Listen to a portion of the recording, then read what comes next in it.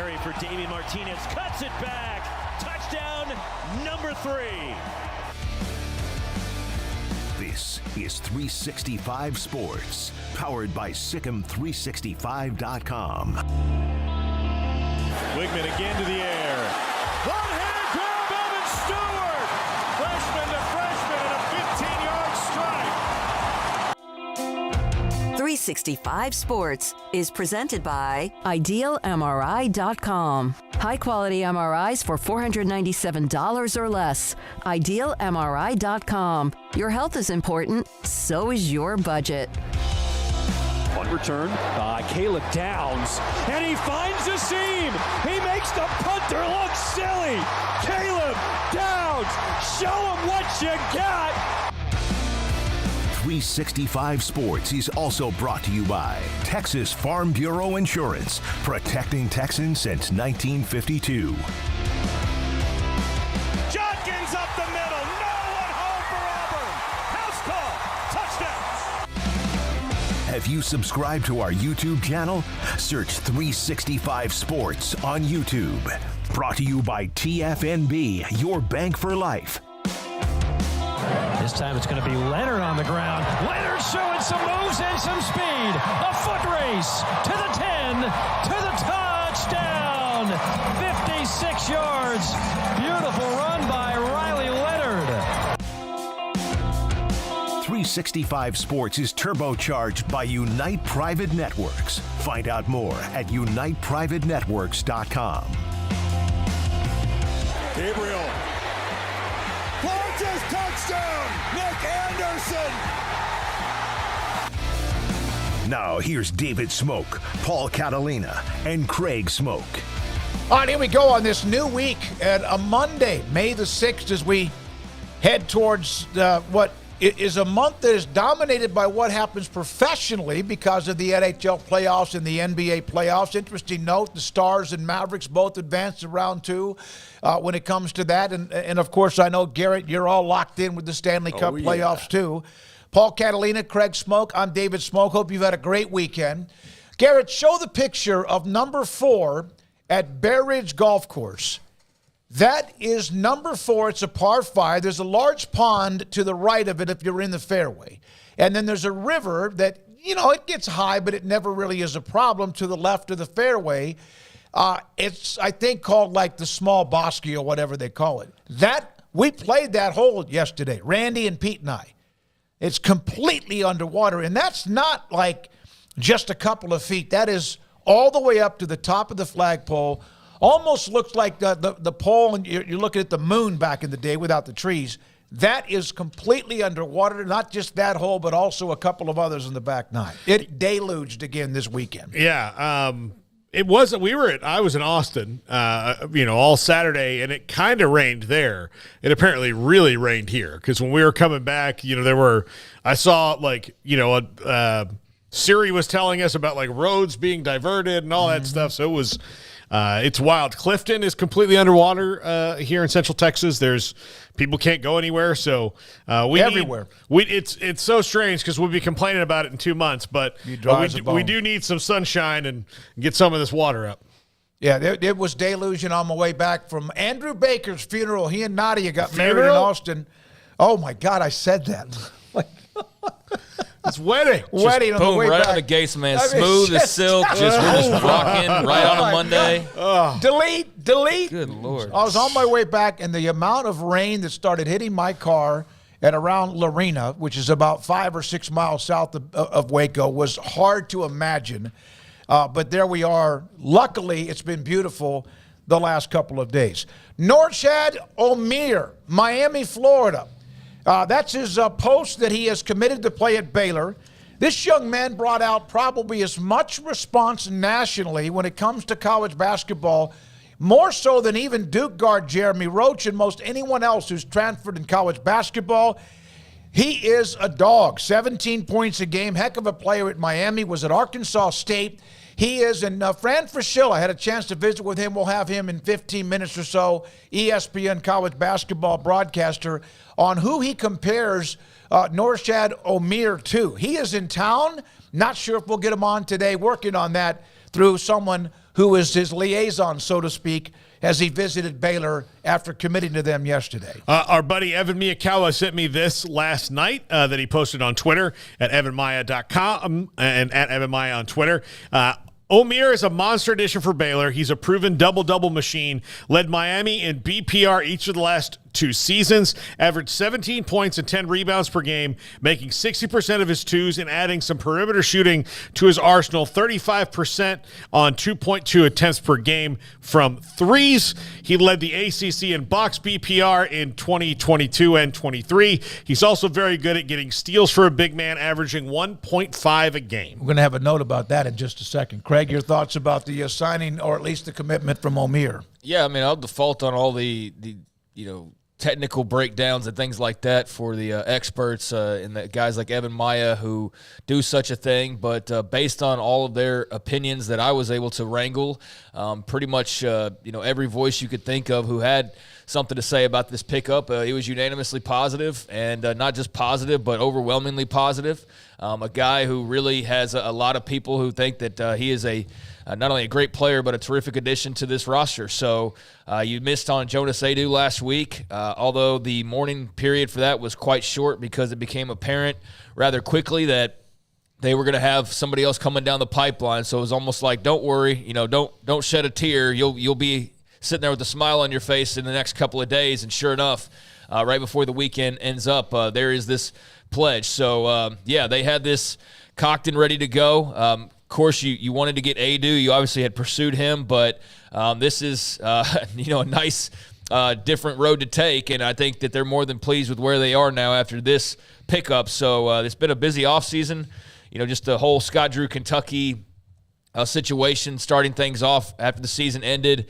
We know what that turned into, a big win for Baylor, and you knew that he wasn't sitting here to just be here and be happy and run out his contract. He wants to win, and they have him, now locked up, and with the, the pledge that he's going to be here and turning down a job like Kentucky, you wondered what big next steps they were going to take, and I think they've taken a couple of huge steps so far in the portal, and they're right there at the top of, whatever portal rankings you want to look at. So I know they're not done. I know there's more just finagling with that roster, but they've settled their coaching staff. They got over the Drew situation. They've added a couple of dynamic players, and so I think things are, really looking great right now for Baylor basketball. Here's a note from Kevin Flaherty, who writes college basketball, very, very good at what he does. This is a text he sent to me after he heard the news. A dog, big-time athlete. This is kind of on top of different words, basically explaining, Paul, what you had statistically. Picture shoving a racket up Mark Vital. Combination of the two makes them bigger and than his height.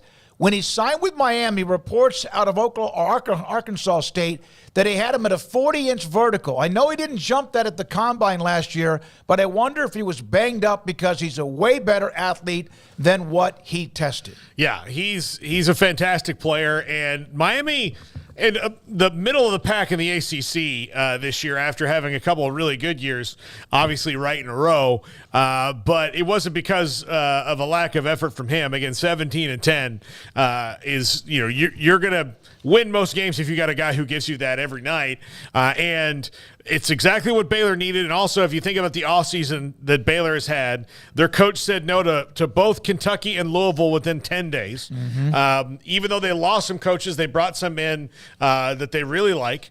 And losing coaches isn't necessarily a bad thing because, it means that you're doing really well. And they've not to mention the recruiting class from the 2024 signees anyway, that includes VJ Edgecombe and others. They also brought in Norchad Omier and Jeremy Roach, and it's been a fantastic offseason so far. Yeah, by no means have they just sat there and go, oh, everything's cool. And now, by the way, there will be another coaching announcement, I think, in the next day or two, according to my conversation with Fran Fraschilla. Craig, anything else on Omir? There we are with that. Now, here's also one of the responses to Baylor getting Norchad Omir and his commitment from Sean Paul. May have officially just won the offseason. Omir, and I know, kiss of death. At worst, feel like among the top 15 transfers in the country. Omir, top 5 or 8. Roach, 10-15. 2 huge veteran players with Final Four experience headed to Waco. Now, here's one of the things about this, and along with who they kept with none, they knew Langston Love just needs to be healthy. They were a young team last year, and they just got 2 seasoned veterans in Norchad Omir and also with Jeremy Roach, who are also very high-level players. So not just the experience, the age, the seasoning, but also the talent. Yeah, I mean, that's great. That's, one of those posts that you see, and not a knock at all on where that's coming from, because that's, what you do on Twitter. You kind of summarize the events that have happened. There's a lot of, engagement type farming stuff like that, though, where you run down, all these big accomplishments, and I know that's not what this person is necessarily trying to do, but you see a lot of those. I've seen a lot of those over the last 24 hours when it comes to Baylor, and it's yeah, what they've done is great. It's all great, but I don't like the whole winning the offseason thing, especially when the offseason is not anywhere close to finished. I mean, it's freaking May 6th, dude. We got 6 more, not 6 more months. We've got, 5 months until they play basketball games again. So they're off to a terrific start. Given the hand that they were dealt, they've navigated it terrifically.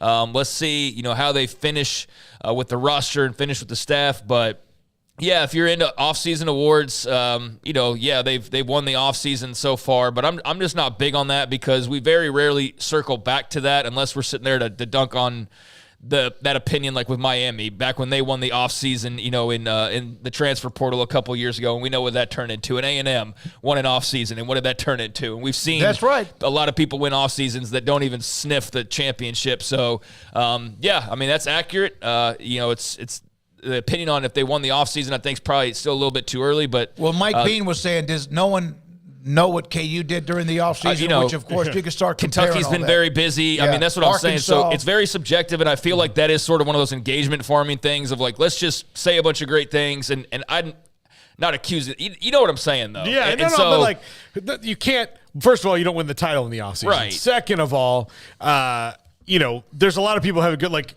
we threw up the graphic the other day, Craig, you and I, of Kentucky's roster and what they've done. They're killing it. Mark Pope's killing it. So it's cool. It'll get a bunch of Baylor fans fired up to retweet it and everything, and they've had a great offseason, so it's been good. Won't crown them yet, though. That's all I'm saying is there's a lot more work to do. It's just one person, one tweet Among among hundreds that cover men's basketball and sports, but Mike Bean, no doubt, KU has had – Bill Self said he's not going through that again, and he damn sure is trying to make sure he gets that done. Now, a couple of other notes. This is and I know that we'll have Dan Lust, sports law attorney, on about 4 o'clock today. Cody Campbell from the Matador Club, former Texas Tech alum or letterman. He'll join us today at 3:40, and then Fran Fraschilla in a moment. But College Football Players Association supporting collective bargaining, the model without employment, that will start to lobby Congress. Now, we see where schools are ready to get much more open to paying players, even within the athletic departments, but they're a little bit nervous about having them called employees. Well, the players or the athletes from at least this association, which continues to grow, they themselves support collective bargaining, the model, but without employment. Well, you heard from Darren Heitner when we had him on last week that, not most of the athletes don't support employment. Employment also allows, I think they also know that, when you get that on the either side of it, first of all, the schools don't want it because they don't want more employees than they already have. Second of all, I think it gives the schools some opportunity to maybe make this a little bit harder to negotiate and have some of those freedoms that they have now would be gone. So I don't think they really want that. I like that, people are trying to work for a bipartisan solution, and that if it works, look, if you can get them to where they're not employees, but there's collective bargaining about what they get, and not only what they get while they're in college, but I think particularly health care after college for injuries suffered while they were athletes at college, I think that's really good. I think that's really good and a positive step forward. And I don't think most athletes want to be part of a union or necessarily be considered employees at that point in their life. Yeah, I mean, there's obviously some help that would be needed, right, through Congress to make this happen. So it's still one of those things where it's like, that's great that you feel that way, but you still are relying on the politicians to come in and swoop in and save the day. Am I correct in reading it this way? So this is one of those, it's like, hey, great on the surface, but will the politicians follow through and actually make this happen? And, yeah, it sounds great from a player's perspective is that you still get everything that you want, but you also don't have to worry about getting fired, basically. I mean, sounds like I want my cake and I want to eat it too. Like, I don't want to be an employee because then you can fire me and you can actually have like some boss rules over me. But if I'm not technically an employee, but I get all the employee benefits, that would be great. That's what that sounds like to me. And if they could have that hybrid option, as they phrase it here, a hybrid option that stops short of full employee classification for college athletes, but that gives athletes numerous protections and the ability to collectively bargain with schools and other conferences. So, I mean, yeah, if they go for that, great. That'd be terrific for the athletes. But, again, the whole political aspect of this makes you wonder, how realistic or how quickly something like that can get done. I mean, it's good, though, that the athletes are talking back and forth and that there's people getting their ducks in a row and preparing to set up for whatever it is moving forward. But, yeah, that sounds like obviously the best case scenario for the athletes themselves would be to have the best of both worlds. So they want they want all this, but they don't want to be employees. And basically that's also what you hear most of the universities saying is that we want to help and jump into this the way we should be or should have been, and yet we don't know if we want our athletes to be employees. So I wonder how that affects somebody, Mike Bean, I think it was, again, Mike's on a roll earlier today. How does that affect Bean? How does that affect them as in academics?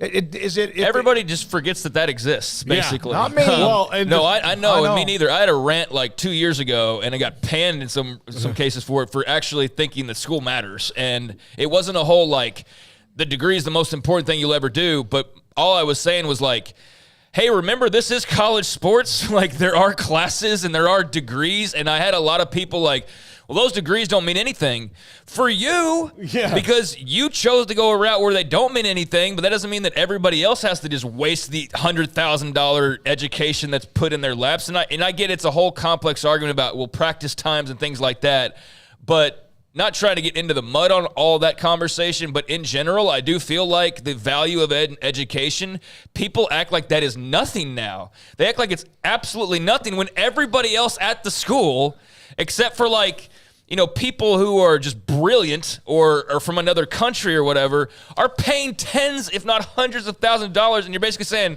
I didn't mean anything. Come watch me play on Saturday, though. Thanks for the NIL money. And it's just like, it's crazy how the education part gets lost. And I know we also kind of dunked on that during realignment, but that's because it was so overstated. It was being stated as like that was the driving factor. And when in reality, that was not the case whatsoever, which is what we were pointing out. But it does matter, and sometimes it just seems like it doesn't at all in college sports today, which is just wild to me. Remember Penny Boone? He wanted to go to work in Kentucky, and then all of a sudden some of the transfer credits or whatever, he ends up at UCF. By the way, when you talk about academics and it doesn't matter if you're one of those or degrees because you're thinking about just the football part of it, there are approximately 11,000 football players, FBS football players on scholarship. 131 programs, 85, and of course we know that's even stretched higher because of walk-ons getting paid. It's about 11,000 players, and around 300 to 350 will be drafted or be given undrafted free agent contracts. So just put that in perspective why, yes, academics can make a difference and also should matter. That was SoCal Texan who brought that up on academics. Mike Bean brought up the fact employment means a different relationship with the IRS that they may not want on both sides. And I'll tell you this, also, and this is a very minor thing, I wouldn't see most people doing this, but to your point about academics being important, Craig, and the schools wanting to have that, the schools maybe put themselves in a position where if they are employees and their employment is hinging on that athletics, then they have given the people excuse not to go to class. And because everybody who works at a university doesn't have to go to class. Right. Like, so, I mean, if I'm the locksmith at the university. Do I have to take biology? No, I don't. So you're here. You hired me because I fix locks. Well, you hired me because I play football. Yeah. So I don't need to open books. I just need to do my thing. I think that's a minor offshoot of it. But again, it's a fight they probably don't want to have. Yeah, and I don't think that people will be as interested if you're not going to school. I mean, I know Joe Burrow technically didn't even attend an in-person class at LSU, I don't believe. But he's still an LSU student, online courses or whatever. So there's not like this need for everybody to be in like classes all day, every day, or anything like that. I'm just saying, I just think it's kind of wild, I guess is the adjective or the phrase I'll use, that it's like, oh, yeah, education. Oh, yeah, that's part. It's like, yeah, we're talking about college sports, guys. We're talking about college freaking sports. It's the whole difference in that sport versus all the other sports is that school's involved.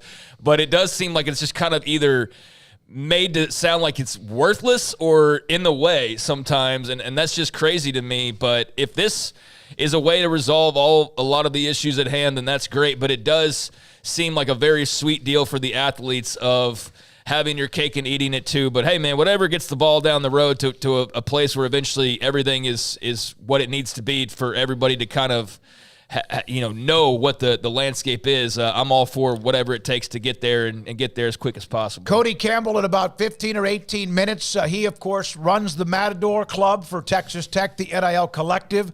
Also, we'll hear from Fran Fraschilla here in just a second on Norchad Omir, who's transferring to Baylor, in fact, in Waco as we speak. Also, Dan Lust is on the show today, John Wilner, Pete Mundo, and more.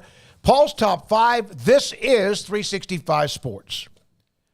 PettyClinicalOT.com. Dr. Kent Petty can help you become the high-performance man you want to be, need to be, and used to be. How?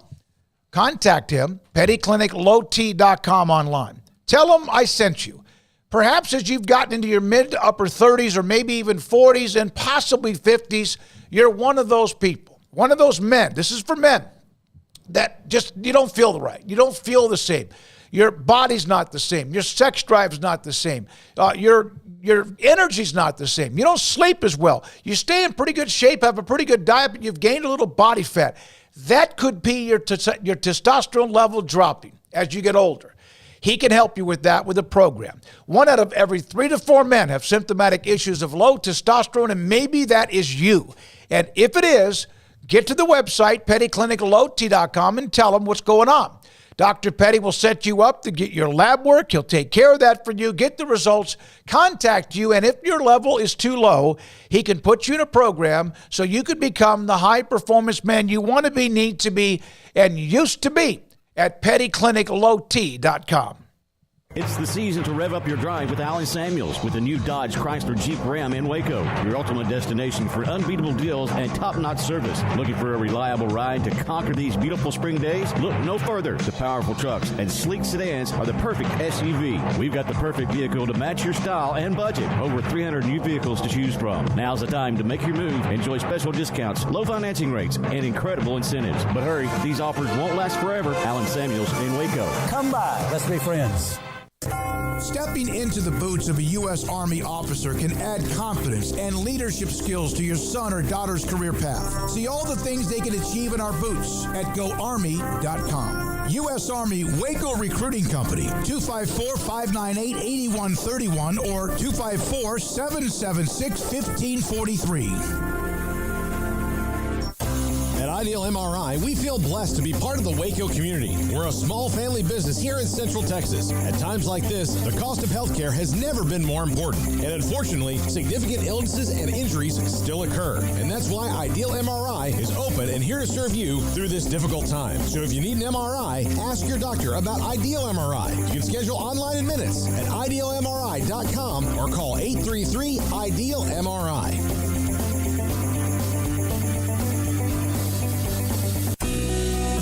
Johnson Realtors guide you seamlessly through the process of buying your dream home or selling your current one, commercial, farm and ranch, or residential. Camille Johnson Realtors can smoothly and successfully lead you through any transaction. With a team of 28 experienced agents who are excited about serving you, Camille Johnson Realtors services the entire greater Waco area. If you're in the market to buy or sell, contact Camille Johnson Realtors, 104 Midway Center in Woodway, or find them online at www.camillejohnson.com. Camille Johnson Realtors, elegant, charming, warm. Welcome home. Parenting is full of surprises. You never know what to expect. So after our son was born, I called my Texas Farm Bureau insurance agent to set up a life insurance policy in case something happened to me. Sawyer is now 2. And we'll soon have a sister. There's no one else I would trust with protecting my family. Stop by and see our agents at one of our 3 McLennan County locations. Coverage and discounts are subject to qualifications and policy terms and may vary by situation. Baylor alumni are more than 160,000 strong. When we all join hands to support our university, we don't just move the needle, we move mountains. Working together, we create life-changing opportunities for students on the field, in the classroom, in the laboratory, and in life for generations to come. So get connected. Get involved. Learn how at baylor.edu/alumni. Let the journey to financial brilliance begin with Genco's limited time offers. Max your earnings with a Kasasa cash account and get paid monthly with a 4.25 APY. That's $425 annually. Then invest in a 13-month share certificate and earn 4.9 APY. That's $529. Earn cash and outshine the rest. At Genco, we offer you the sun and the moon. Kasasa based on average daily balance of $10,000. Certificate based on $10,000 investment. See GencoFCU.org for details. NCUA. This is 365 Sports. The 3 o'clock hour is sponsored by Waco Custom Marketplace. Meats, sweets, Texas treats, and a cut above the rest. 425 Lake Air Drive, Waco. ESPN's Fran Fraschilla with me, David Smoak, 365 Sports. Fran, the Jeremy Roach commitment from Duke was obviously a big deal. But this one here seems to have garnered even more attention because of what Baylor needed. Not that they didn't need Roach, but also what Norchad Omier can bring to the table. Do you get that same feeling? Yeah, absolutely, Smoke. I jumped off my couch last night when I saw the news. I have seen this young man play. I did a Duke-Miami game a year ago, and he was dominant. And at 6'7", he's very athletic, high motor, very skilled around the basket, improved outside this year, knocking down 24 threes, almost won a game. And it's a great catch for Baylor because, to your point, everything seemed to be set at the other 3 or 4 positions. And, of course, John Wilner is back, and he's developing into a nice player, but this gives them even more ammunition up front in the post. And it is a great addition, so much so that I think a lot of the prognosticators will likely have Baylor, easily in the top 10 and some of them even in the top 5. He's that good. Does Omir remind you of anybody you've seen play the game before? Charles Barkley, but that's a stretch, obviously, because Chuck's one of the all-time great players in basketball history. But for a kid this wide and round, if you will, no offense, he's very athletic. And, again, he plays bigger than 6'7". He's I hate to call him a monster, but he's pretty close. And, again, I think the thing people will love about him at Baylor is he plays with great energy. Seems like a good kid. He's the first Nicaraguan Division I player to come out of that country from Central America. And, of course, he goes to high school in Miami, starts his career at Arkansas State, ends up at Miami with the Hurricanes, and now he's going to play, the last part of his career with the Baylor Bears. So, great get, no question. When you look at the Jeremy Roach transfer and now Omir and the Scott Drew Kentucky story that ended up with him staying at Baylor, which I think most everyone thought he would, but it got a little dicey, as you know. Could they have had a better offseason knowing that Misi and also, obviously, Jacoby Walter were going to turn pro? No, I don't think they could have, really. All things considered.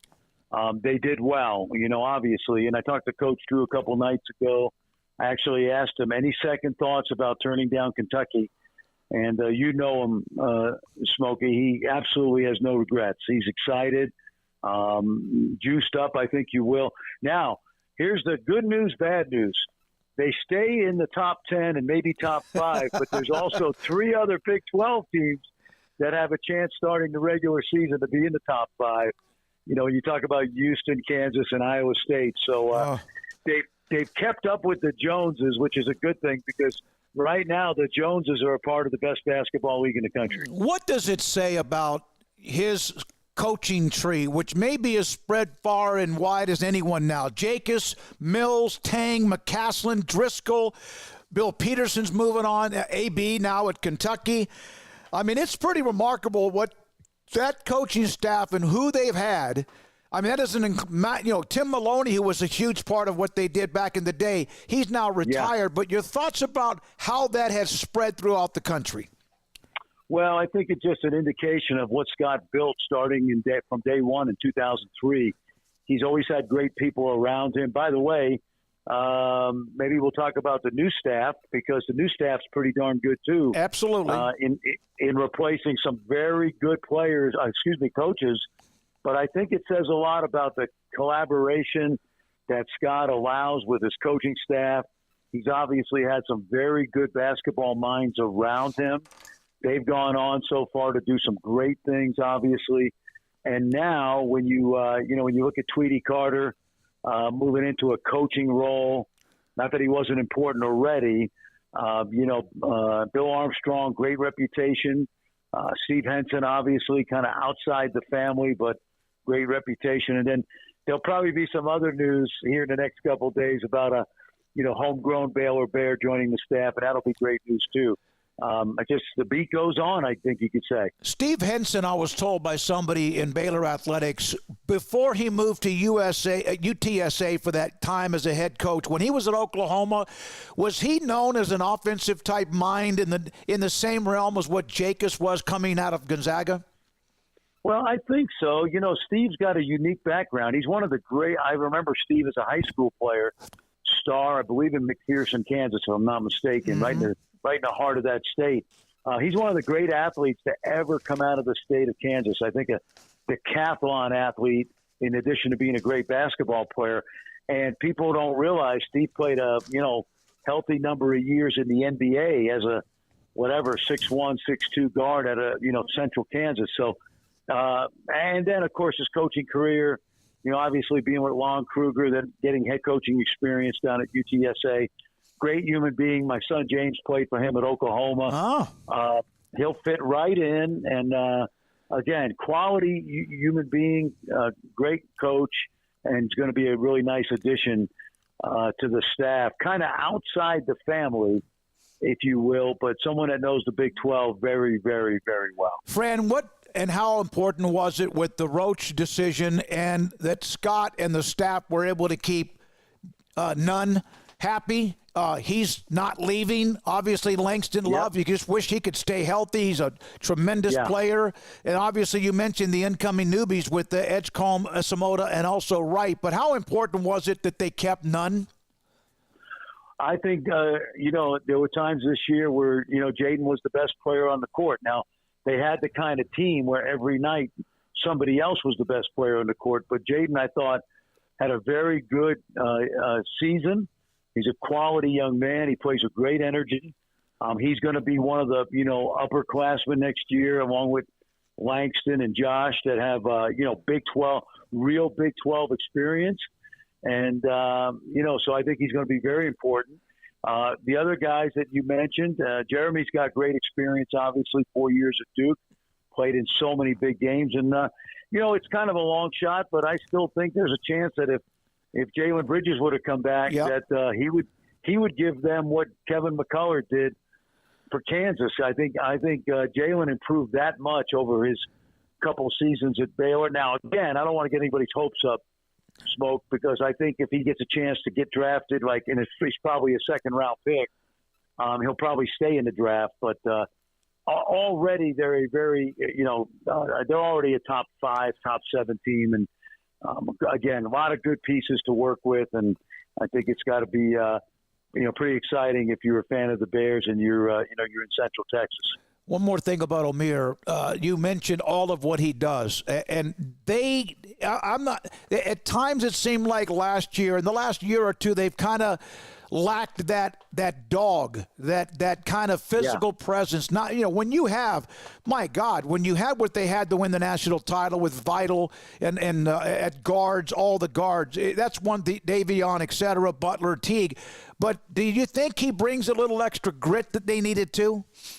Well, he does, because if you look at the last couple of years, some of the key guys on this team were freshmen, and Keontae, and then certainly this year with Eve and Jacoby. So as good as they are, they're going to be better pros, because their maturity isn't going to hit stride until they get to the NBA. Whereas guys like Roach and Omier are guys that are proven commodities already and do bring that dog that you acquire when you play, in a tough league against good competition. And so both of those guys coming, from Miami and Duke, with their experience, bring that dog that you're talking about. And it's exactly what Mark Vital provided over 5 years.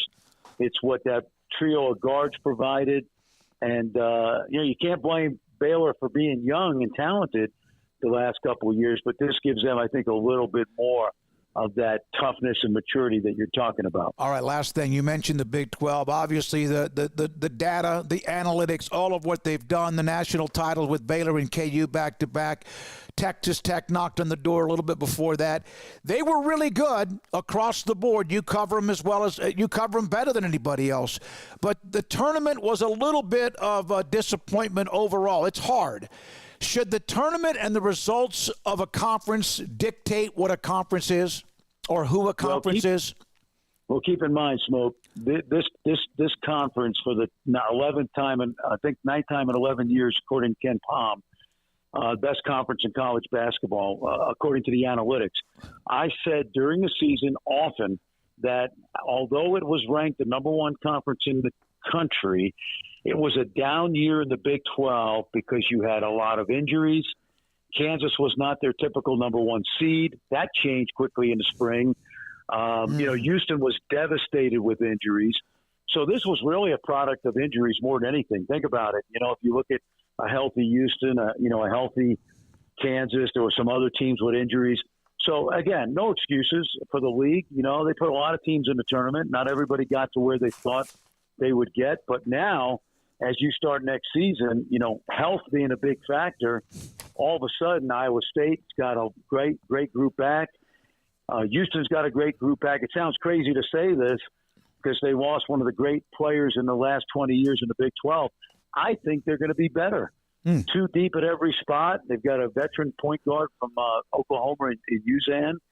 Baylor all of a sudden has gotten old quickly. Texas Tech's in the middle of a great recruiting class. Watch out for Cincinnati with a lot of key guys back.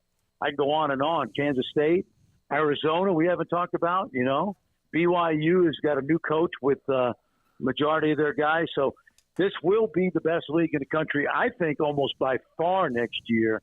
But when you get to March, there's a lot of luck involved. And if they have good luck next year, they'll have the possibility of having 2 or 3 number one seeds heading into March. Thank you, Fran. Always great to have you with your knowledge, experience, and all of the above. Thanks for your time. Fran Fraschilla, ESPN, with us on 365 Sports. In a second, Cody Campbell from the Matador Club, Texas Tech. He'll join us on what he sees right now in college athletics. And then also Dan Lust at 4 when we come back with all of that. IdealMRI.com in the Central Texas marketplace, just off of I-35 in Waco. On average, an MRI can cost over $1,100. That's on average. Ideal MRI will always be, or at least has been, since I ever once said something about them several years ago, $497 or less. Every time. Dr. Rob Maxey and the partners at Ideal MRI built their mission statement. State-of-the-art technology and imaging machine. Make sure you have the right techs and specialists that make the appointment and the visit comfortable. And then also make sure you get the information back to the doctor or the patient and the patient as soon as possible, because it will be the evidence that they need. Because of a shoulder, a back, or a knee, or whatever it might be that hurts so much it keeps them from functioning and getting sleep at night. Dr. Rob Maxey and his staff do that every single time. I have been inside the machine 3 times, $497 or less every time, and I've also been given the images and also even a synopsis, so to speak, a summary of what they see every single time by the end of the day. So has my doctor. It's idealmri.com.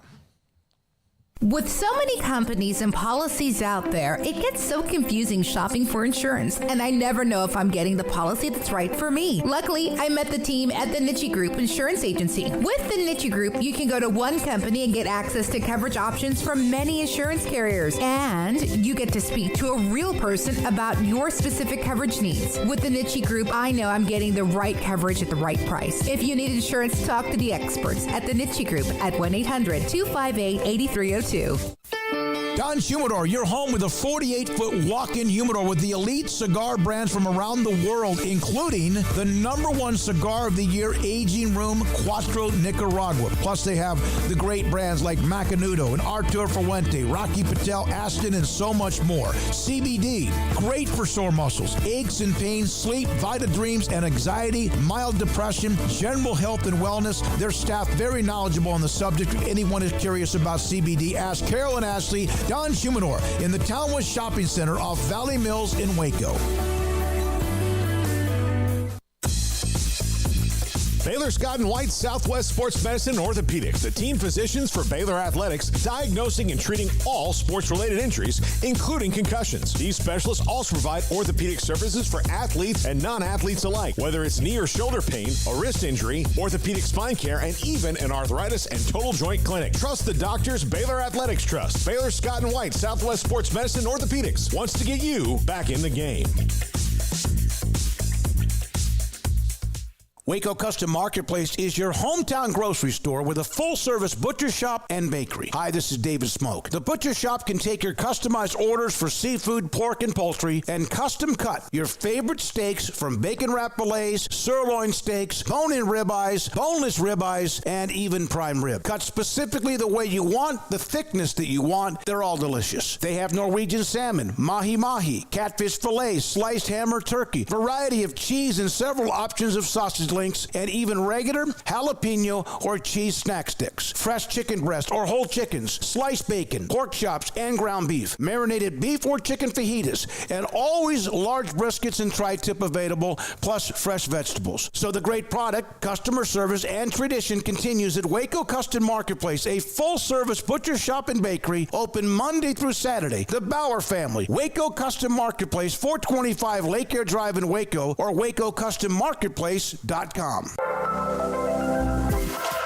Carry On Solutions is a full-service IT management service provider and provides professional services for businesses servicing clients in the U.S. and globally. They are authorized partners with Microsoft, Quest, Veeam, NetApp, HP Enterprise, and Cisco Duo. Whether you are outsourcing IT services, merging companies, or wanting to tackle cybersecurity challenges, contact Carry On Solutions. We are IT. Call or email Dave at 832-437-0138 or sales at Carry On Solutions. That's CARRION Solutions.com.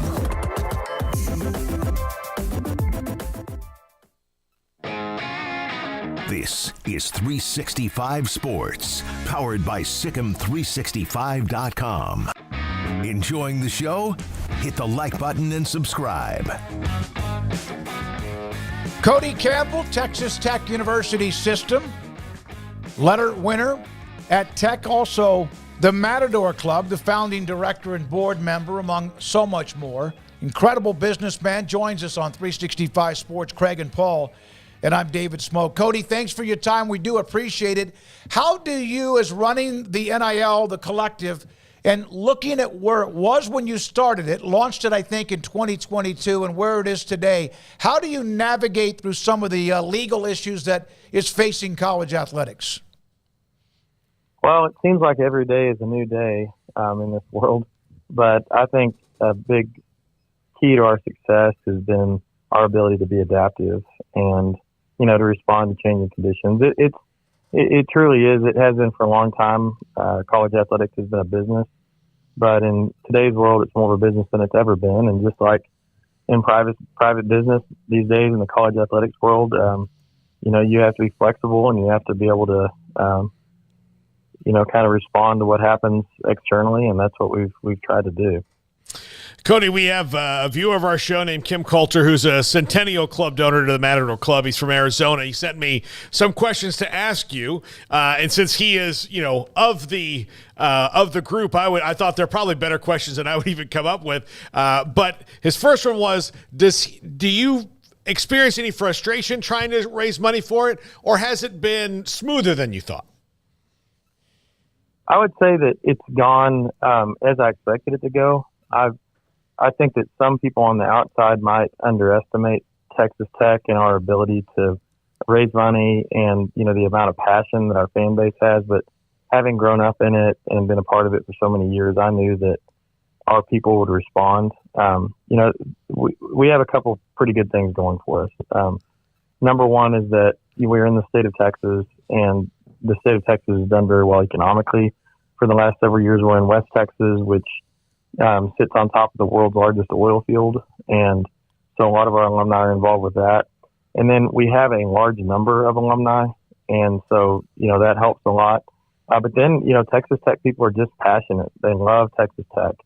And so I would say, and I make calls to some of the folks that are larger donors. And I would say, we have over 90% of them say yes when we ask them to help. I mean, there really are very few people that say no just because they don't want to help. They say no, different reasons. But it's been a lot of work, but the response that we've gotten has been very encouraging and kind of keeps us pressing forward. So I would say that it's been a very positive thing overall so far. And like I said, it has required a lot of effort. We're definitely seeing the fruit of the work that we've done. Cody, when you're launching something, when it comes to collectives and everybody kind of doing this all at once and trying to figure out the lays of the land and just what direction to go and all those types of things, what was the biggest couple of pieces to just getting the ball rolling? Do you feel like, when talking about organizing and getting people rallied together and putting something together like a collective to help out the university? I think the biggest thing was setting up a platform that's a good one. Like I said, this is a business. This is not, this is no longer amateur athletics. It is a business. And so we've approached it that way. So we set it up and we run it just like we do all of our other businesses. So once the platform is there and it's in place, that makes it a whole lot easier. So I think for us, that's been the key. Secondly, I think, having a strategy that makes sense, not just going out and, going after shiny objects all the time, not saying, oh, well, we need to get this kid, he costs X, or we need to, throw this money around and do that. Let's have a long-term strategy and think about this thing, not just what it's going to do this week or even this season, but, where we're headed for the long run and trying to build the programs with this effort, and not just, trying to get one guy or focus on that. Also making sure that we get the right kind of people. I think that it's very important that a kid isn't making a decision or deciding to stay at the program, whatever it is, just because of money. You first want to have a kid who wants to be at Texas Tech, first and foremost. He likes the place, he likes the coaches, he likes the program. And then, the money part is just something that, is real and it's a serious consideration. And so, we want to at very least level the playing field. So if another program is offering more money or whatever the case may be, and we at least, match that so that they can stay where they want to be. Cody, how often and what is the protocol? Well, for example, you guys have a 5-star wide receiver. We covered him in Micah Hudson. Obviously, Joey and his staff were on him, as were many others. He ends up coming to Tech, and we had him on the show the day that he signed and also even the day he committed. So how do you and how did the coaching staff, or is there still a fine line of communicating with them and the player, the athlete, on the NIL? Do they come to you, the athlete, or do they go to Tech? And then how does that work, at least under today's rules? Well, I mean, with Micah, there was no money involved at all. That played no part in the recruitment of Micah. And I mean, in all seriousness, he is on the, we have a base program, everybody gets $25,000 a year, and we didn't make him any promises on the front end. We didn't do anything like that. He just wanted to be at Tech. He loved the program. He felt like he was at home there. He's a really good, high-character kid, which honestly is going to make him successful. He's super talented, but he has a great work ethic, and he feels like he needs to earn it. And I have a ton of respect for that. But in general, we try to further the things that the coaches want to do. They can't directly tell us to pay a kid a certain amount or anything like that. But generally, we know the type of kids they want to recruit. We generally know what they're looking for. And so we try to just be supportive of what they're doing. These days, I guess, since the most recent decision in Tennessee, collectives can go out and talk to recruits and, make deals with recruits before they're on campus. We still have not done that. We have waited until they're actually signed and on campus before we do any of that kind of stuff. But even before that rule changed, a lot of programs were doing it. We want to do things the right way. And I think that we attract a certain type of character of kid because they see we're not the ones trying to cheat. Another thing that we've done, I think that's really been good and it's helping us build our brand and our reputation is that we've actually followed through on all the promises that we've made and all the contracts we've signed with kids. There are a number of programs out there right now, and I'm not going to name any names, even though I'd like to, that are signing kids to contracts. Let's say they'll sign 2 or 3 kids at a certain position. They'll get them in for spring ball, and then they'll choose the one that they want to keep, and then they quit paying the other ones. And, they make them all big promises, and then they only deliver on one of them. And that, I just, we don't do business that way out in the commercial world, and we're not going to do business that way at Texas Tech. And, I think that it's just reputationally, kids are going to figure that out over time, which programs have integrity and which ones don't. And we want to be known as one of the programs that has integrity because ultimately, building a team is all about relationships and it's about loyalty. And, and that's what we're trying to build at Texas Tech. We're not trying to do a transaction. We're trying to bring someone in as part of the family. Cody, what have you heard as feedback from the athletes on things that will make the process easier for you and for them, or what they've heard? Like you mentioned other places, like some of the negative, but that the feedback that have allowed you to make what you do better. I think everything has been, pretty positive overall. I wouldn't say that we've gotten necessarily any negative feedback. I think that we've learned as we moved along, and, all of our efforts, well, primarily in football at least, are primarily focused on retention of kids that are currently in the program that we know. And I think the key is, focusing those efforts on the kids that are the type of character that we want to have leading the program. Because, as soon as you give a kid a bunch of money, he automatically, becomes a leader for better or for worse. And if you put the wrong kids in that position, it hurts the whole team. And so, as much as their on-field ability, we want guys that do the right thing, that work hard and set a good example for their teammates. And I think that we did a really good job in this last portal cycle of doing that. And, rewarding the ones that have earned it, rewarding the ones that are good teammates. And so, that's what we're going to keep trying to do at Tech. And ultimately, football, especially, is a team sport, and it's not just about one individual. It's about how that individual interacts with the rest of his teammates and with the entire program. Cody, we know that there's a lot of schools out there that would love to bring NIL in-house, have more control over how all of that operates. From your standpoint, all of the experience you now have with this particular part of the game nowadays, how would you, if you were asked to improve the whole process, the school involvement or lack thereof, how would you go about making changes if you had the golden wand to be able to do such? Well, I think the first thing I would do is place some kind of limitation on transfers. And I would do that, honestly, to protect the athletes because, 98+% of these kids, even at the Power 5 level, don't end up playing professional sports. And so, making $100,000 or whatever while they're playing in college isn't really going to help them that much for the rest of their life. That's not enough to, you're not for life with that amount of money. And so they need to be focused on getting their degrees. They need to be focused on developing as men, and they need to learn how to endure hardship and difficulty, and they need to learn how to work hard. And my concern is that right now, a kid transfers 2, 3, 4 times, he's definitely not going to get a degree. And we're sort of teaching them that when things get tough, when they face adversity, you just give up and you transfer. And I think that's a terrible message to send, and I don't think they're learning anything from that. And so I think putting some limitations on the transfer part of it would be really helpful. Now, in terms of bringing it in-house, I think that becomes legally problematic until Congress acts because of what it does with Title IX potentially. And so it just makes it all more complicated. For us, for Texas Tech, it's been a positive the way it's been so far in that all the money has to be raised externally and it all has to come from donors.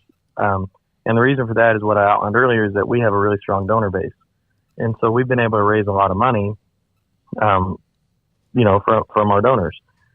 Some big name programs, especially in the SEC, that come from states that don't have the kind of resources that we do, have struggled more. They have this huge operating revenue inside their athletic department, but they don't have the donor base that we do. And so we've been able to compete favorably with some of those programs that you might not expect us to. And so I think Texas Tech has been able to make some headway in that regard. Now, I think eventually it probably will be brought in to some extent.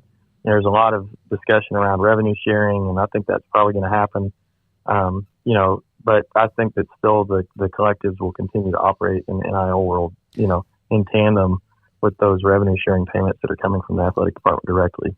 Cody, we hear about the NIL now as a part of the picture, but a lot of the money, donor money, alum money, was going to facilities, stadiums. I mean, what Texas Tech is doing right now with the stadium is incredible. You've had a lot to do with that, along with all the other facilities that they have, and other schools that have NIL but also need money for facilities and renovations. Has that become any kind of all? Have you seen that as a conflict of giving to one or the other, or are usually those who give to facilities also now involved in NIL? Yeah, so, everybody that's involved with the facilities is also involved in NIL, but, we were kind of fortunate in that we got our facilities projects funded just sort of before the NIL thing really kicked off. So, we have a $250 million football project going on right now. It's going to be incredible. We'll have the best football facilities in the country when it's completed, or at least equivalent to the best in the country. And so we're really fortunate in that regard, because if you haven't gotten it done by now, you're going to have a hard time doing it. We are pointing all of our fundraising efforts toward NIL at this point.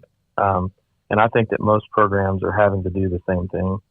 It is what it is. So you're going to see a lot fewer facilities projects in the next few years unless things change, because it definitely is competing for those same dollars. For someone who's in the business that you're in and what you've done as a businessman, somebody asked in the chat room about the PUF, the state of Texas, and the oil money that's gone to A&M and it's gone to Texas. Has there been a recent change where Texas Tech and other state universities are now getting a part of that money, or is that just a different deal? So in the last legislative session, the state established a new endowment called the TUF, the Texas University Fund. And so Texas Tech gets a share of that. It's still not nearly what the PUF is. And there's a certain element of unfairness in that, we think. And, because, the University of Texas just has an absurd amount of money. It's the largest endowment of any public university in the world, and second only to Harvard among all universities. And so, it's an embarrassment of riches that university has. And then Texas A&M has half as much as UT, and they still have a ton. And so up until this point, there has been a little bit of a unfairness, and, we're going to continue to just demonstrate at Texas Tech, what a good job we've done with the resources we've had. And, we're doing pretty well out there. Our enrollment has grown. We've been really good stewards of the resources that we have. And so the university is in very good financial position. And so, we're in a spot where, athletics are important to the university. They're important to all universities in terms of attracting students and engaging with alumni. and it's the front porch of university, and we're in a position where we can compete. And so that's a great place to be in. But yeah, I mean, that puff for A&M and for Texas makes it pretty easy. And there aren't any other universities in the country, much less in the state of Texas, that have the kind of financial resources they have at the university level. Cody Campbell, the Matador Club, with us on 365 Sports. How many other NILs, or how much do NIL collectives trade information? You're competing in a way because of NIL, because of recruiting, and yet at the same time you're trying to do perhaps what's best for everyone. How often do other NILs contact you, vice versa, to kind of just pick their brain or yours? We talk with a lot of them. We do. And have been in contact with a lot of them as it relates to the different legislative initiatives that are being discussed, and just kind of sharing ideas. And a lot of them are people that we know just socially as well, and so, it's been good and interesting to talk to different people, and, in the conference and outside of the conference. And, we do learn from each other and, talk about what's going on in the market. One more thing. You have now Grant McCaslin. He was under Scott Drew, obviously had a great run at North Texas. And then Joey, you hired him back during the 21 season. How much have they helped what you're also doing right now with the same game plan, the same mission statement, and the energy they bring to the table? Yeah, those two guys are great. They're great coaches. They're great people, but they're both a great fit for Texas Tech and have tons of energy. They are, in terms of the collective, they've been extremely helpful fundraising for us. I mean, if I give them a list of people to call, they'll, do it immediately. They're, showing up for events, whatever it is. They've been hugely supportive, but I think our programs are in very good hands, and they're two guys that we expect are going to stay around for a really long time. We're building this thing for the long term. We're looking for stability, and and I think that's what we have. We've got two guys right now. They're the perfect fit for Texas Tech. How much would employee or student athletes, and there's this constant discussion about it, becoming employees or not, affect NIL and what you do? Well, I guess it just depends on what else happens. Right. I think it would be a pretty bad thing for them to become employees. I think it would be disastrous for them to become unionized. And I think it would be bad for the kids if they became unionized. I was a part of a players' union when I was a player in the NFL, and I just cannot imagine something like that functioning well in college in any way. And so I think that would be a really bad thing. It also would make their scholarships taxable, and I think people probably wouldn't like that very much, especially at the more expensive schools. Like, what happens at a place like TCU, where it costs $70,000 a year to go to school there, and a kid's all of a sudden going to have to pay 40% of that in taxes. So I don't see that working out very well for a lot of reasons. Cody, thank you very much for your time. Appreciate you with what you're doing. The Matador Club, also, of course, a young man that has a businessman that has done very, very well in the Permian Basin. I'm sure he'll Basin. take young, Cody. Take young, right? I'm serious. Yeah. Yeah. Well, thanks a lot, guys. Thank you. Appreciate you having me on. All right. Again, part of the Texas Tech system, Board of Regents, NIL Collective, and much more with us on 365 Sports. And it is interesting to you because they jumped on. They were pretty much ahead of the curve. And how many people that perhaps were trying to be or whatever, call and say, hey, okay, how can you help, or how did you do this, and vice versa. And no matter what, and I saw a thread over the weekend on Sikkim365.com about Baylor's football NIL, and somebody asking about, why it's very healthy.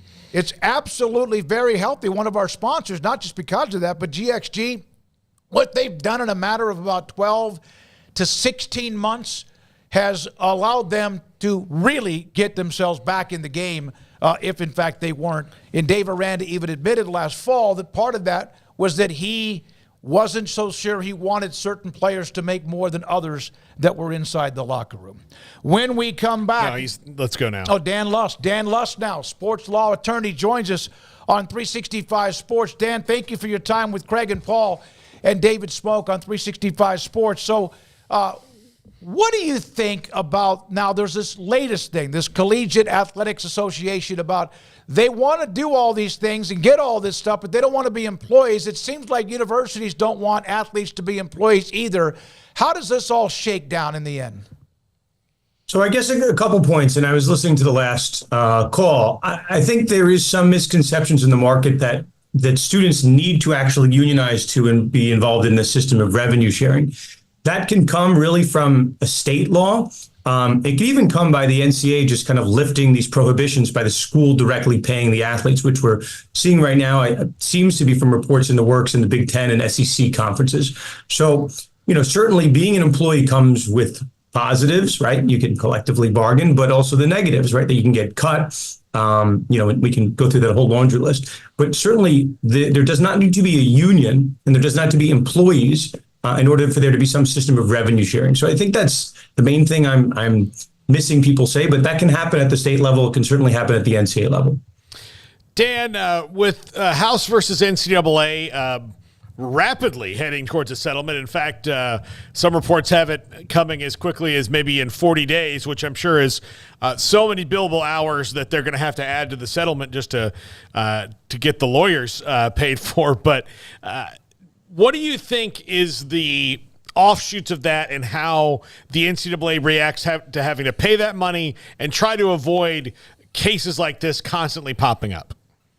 So I guess I'll say this, which I haven't really heard much on the rounds. I've certainly seen the reports that House versus NCAA is barreling towards a settlement, and I've certainly seen that. But we have to keep in mind, right? And I'm not aware of the actual financial arrangement between the plaintiffs in that case and the law firm.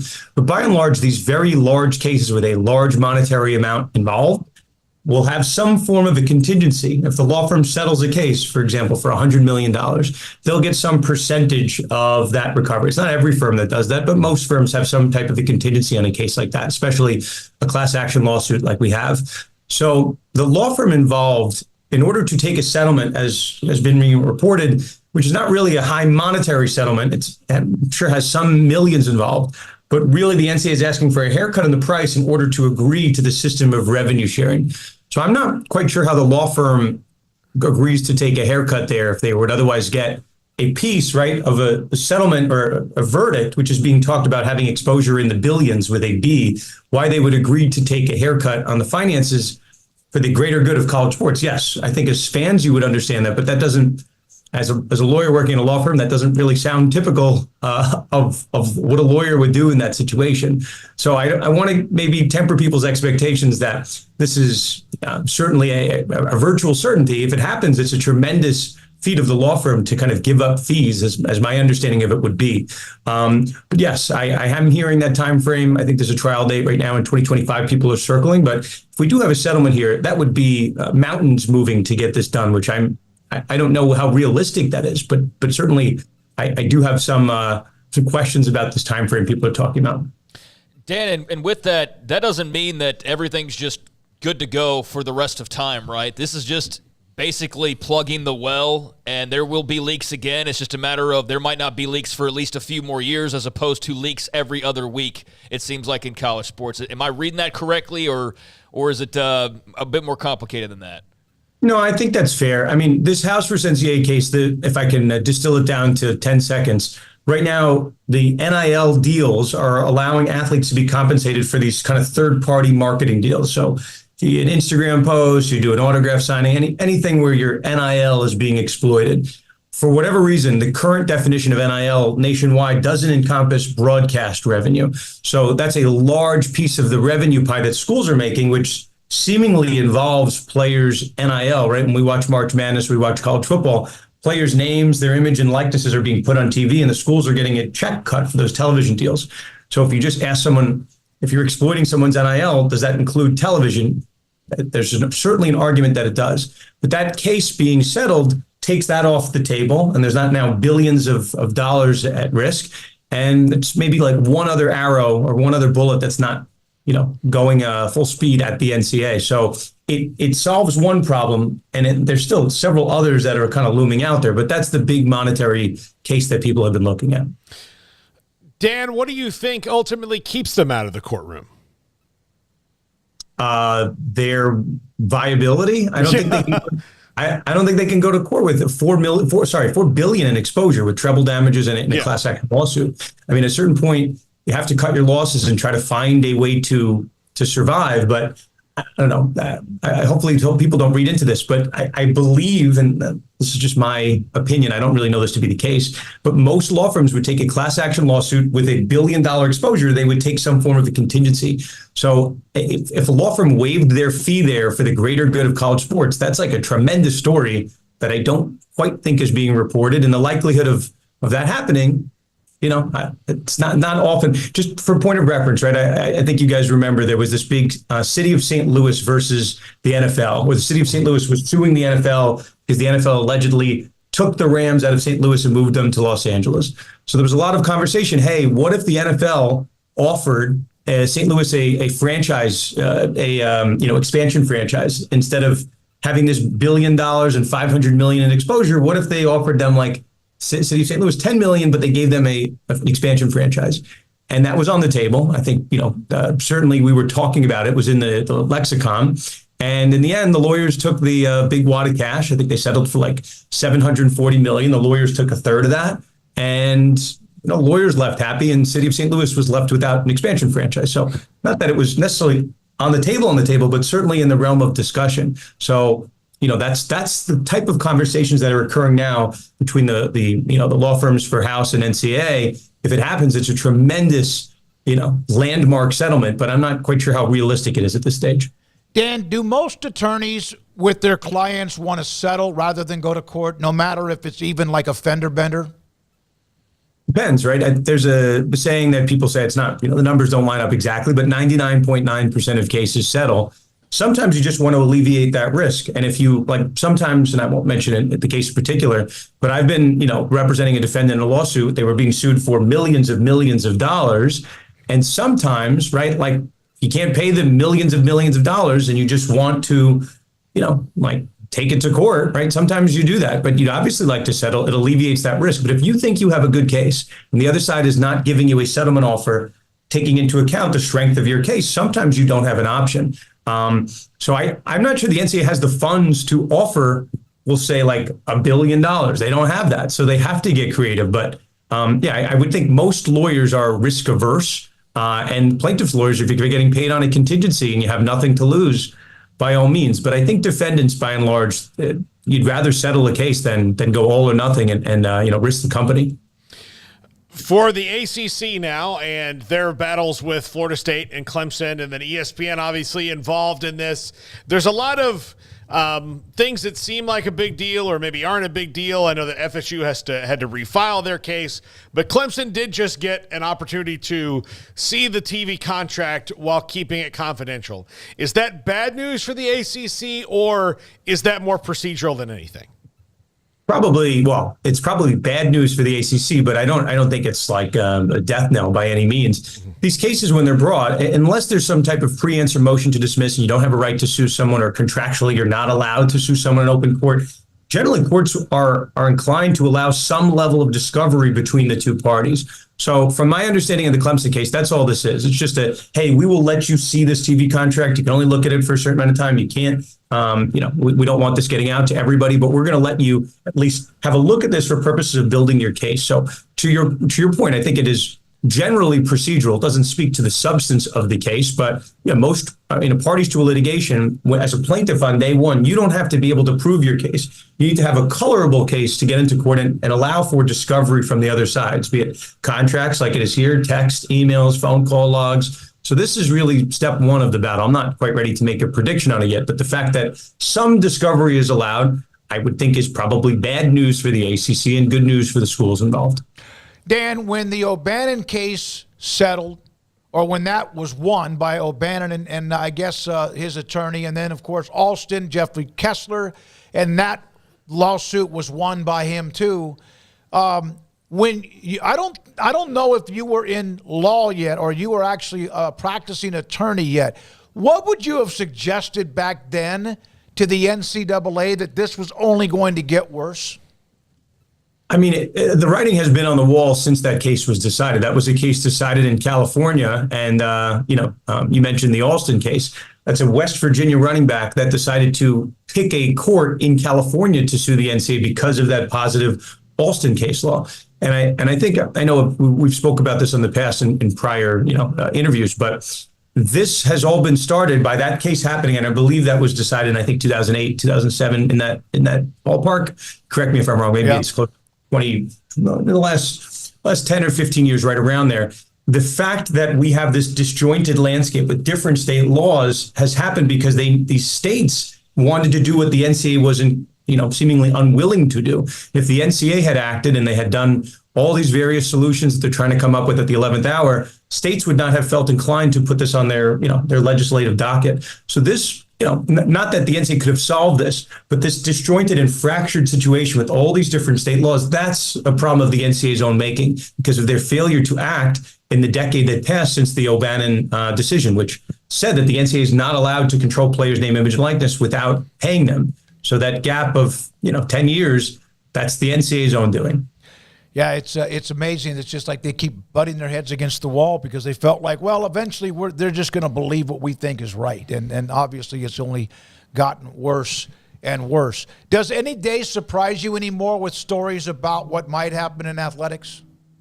Not really. I will correct the record. I think O'Bannon was a 2014 case. So we'll give the NCAA about 6 years or so. It's not that it's good, but it's a little bit better than 10 years. I think at this point, and I certainly don't blame people in the space, we have so many different days of news. This is the next big proposal. This will save the NCAA. This settlement will save the NCAA. This new case will kill the NCAA. This one will kill it. It's almost kind of white noise at a certain point because we have so many bullets and arrows pointed at the NCAA, and everyone said the NCAA is going to die tomorrow and they're going to cease to exist. And I don't know, they're still kicking, right? There's still 3 years into the NIL era. Certainly you see the writing on the wall of the NCAA not being in existence maybe 10 years from now. But we have so many different news cycles, so many news reports, and they're all basically saying at some point the NCAA will cease to exist, but we're not quite there. Do these news cycles cease to amaze me? No. I think there's been creative ways, and I think the floodgates are certainly open for people getting creative in terms of why and how they want to sue the NCAA. Even, this past week, St. John's, a school, in my neck of the woods in New York, has a new lawsuit against the NCAA to get additional years of eligibility for some of their athletes that went to Ivy League schools and lost a year during COVID. So between the transfer portal, between years of eligibility, broadcast rights, every single direction that you could come after the NCAA, people are doing it. So at this point, all bets are off. But I think we just have to find a correct line for the over/under of the NCAA's viability. Have you ever met Jeffrey Kessler?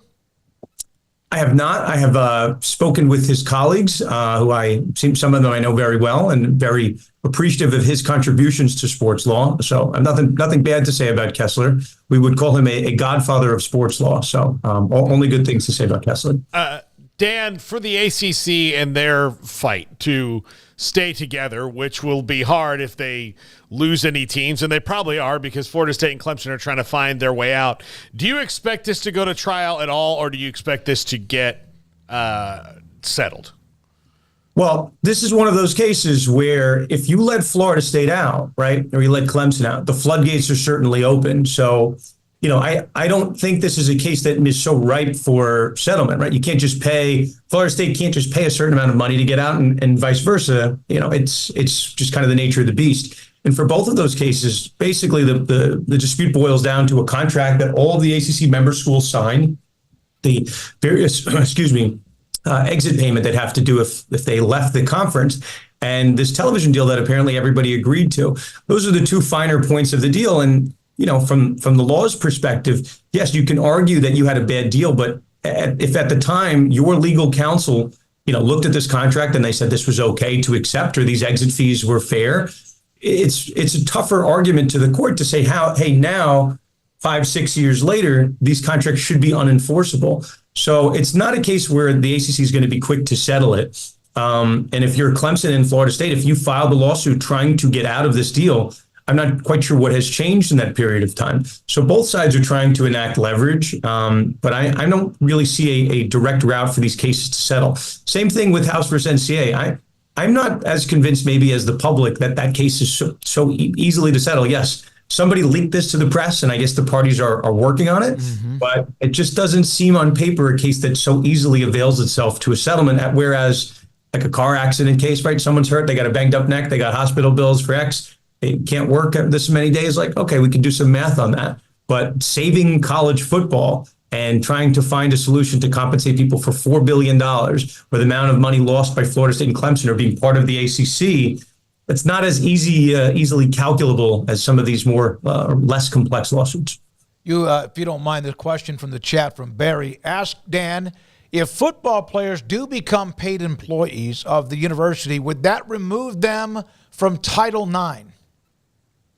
Would it remove them from Title IX? I think it depends on the particular context, but I think for whoever asked that question, I think it was Barry, there is still a looming Title IX concern in this current landscape of collectives, right, paying these athletes and these NIL deals when the collectives are not subject to Title IX.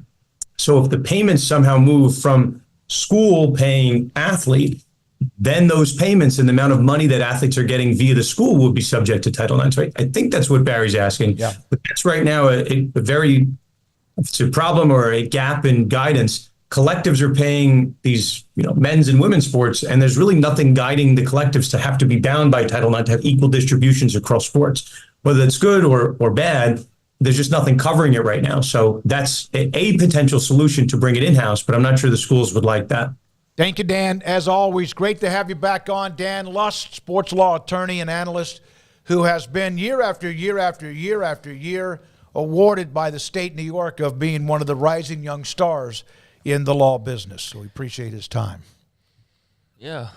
This is sit There's back a and listen ton of information in the last 40 minutes. Yeah. I'm just trying to digest it all and all the legal stuff, but he does a great job of breaking it down and explaining it all to dweebs like me who don't know how all this operates and works. Really good stuff from Dan as always. I do think there's this feeling of like any day now the ACC is going to crumble and everybody's going to go their separate ways, and it's like we've got a little bit of time, man, barring some miraculous coming together and everybody kumbaya in this thing and be like, you know what, we're all gonna settle here.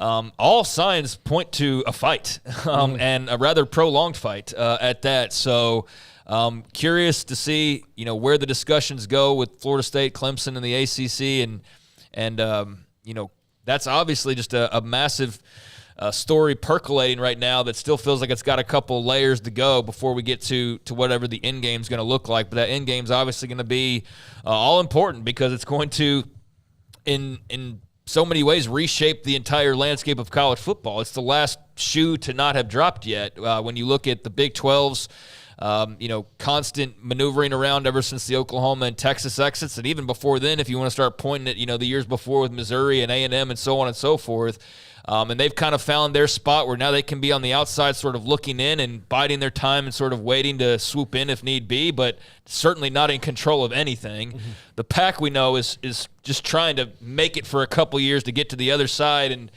reform or join or do whatever they are going to eventually have the opportunity to do. The two others are sitting fat and happy, and the ACC's got this big fight brewing, and so whatever happens here is going to be massive for all parties, especially in a world where it's not a P5 anymore. It's already dropped to a P4.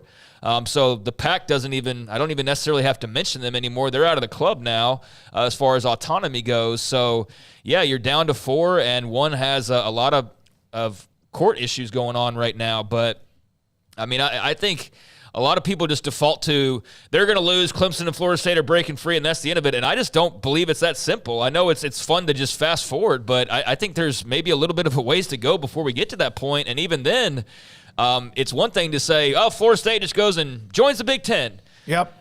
But did they pay $100 million through a PIF to do that? Yeah. Because then that itself is another major story that is a big part of the whole topic itself. So do they have to do that? Because if so, that's a different story than they win a lawsuit and they get out for pennies on the dollar, and they get to go do what they want to do, which then in turn opens the gates of hell and basically makes these contracts mean nothing. And therefore, if you want to start picking apart conferences, you're able to do it in a much easier and freer way than ever before. So, yeah, this lawsuit, or lawsuits, I should say, we talk about it like it's one thing. It's like multiple lawsuits, but this is a big one because it's got more ramifications outside of just, can Florida State get to the SEC? I mean, I know that's the juiciest and that's the most interesting because that's really what we care about ultimately is Florida State, the football team, where they are and who they're playing, more so than Florida State, the courtroom battlers. But there are so many ramifications from this case, whichever way it turns and whichever way it goes ultimately, that it's going to be fascinating. And I wonder, just how long we're going to be talking about these cases in particular. Just imagine, Garrett and Craig, how much easier covering college athletics would be if Florida State just stopped and disappeared. I mean, it would make the law talk a lot there wouldn't be this college football playoff. There wouldn't have been that. There wouldn't be this angst with the ACC. There's just a lot of troublemakers there. Obviously, Garrett would be happier because LSU would have 2 more wins than they had the last couple of years, and you would be happier because you mean one more national title. You have one more national title. What? So Florida State clips the game. LSU would have 2 more wins. I would not be happier because that was before they became who they are, the squeaky wheel. Mm-hmm. Back in '93 when they won it with Charlie and company, that was when Florida State was cute and cuddly. Now they've become bitter and angry. I remember that well. I was watching cartoons in my Ninja Turtle pajamas back in '93. Hey, there we go.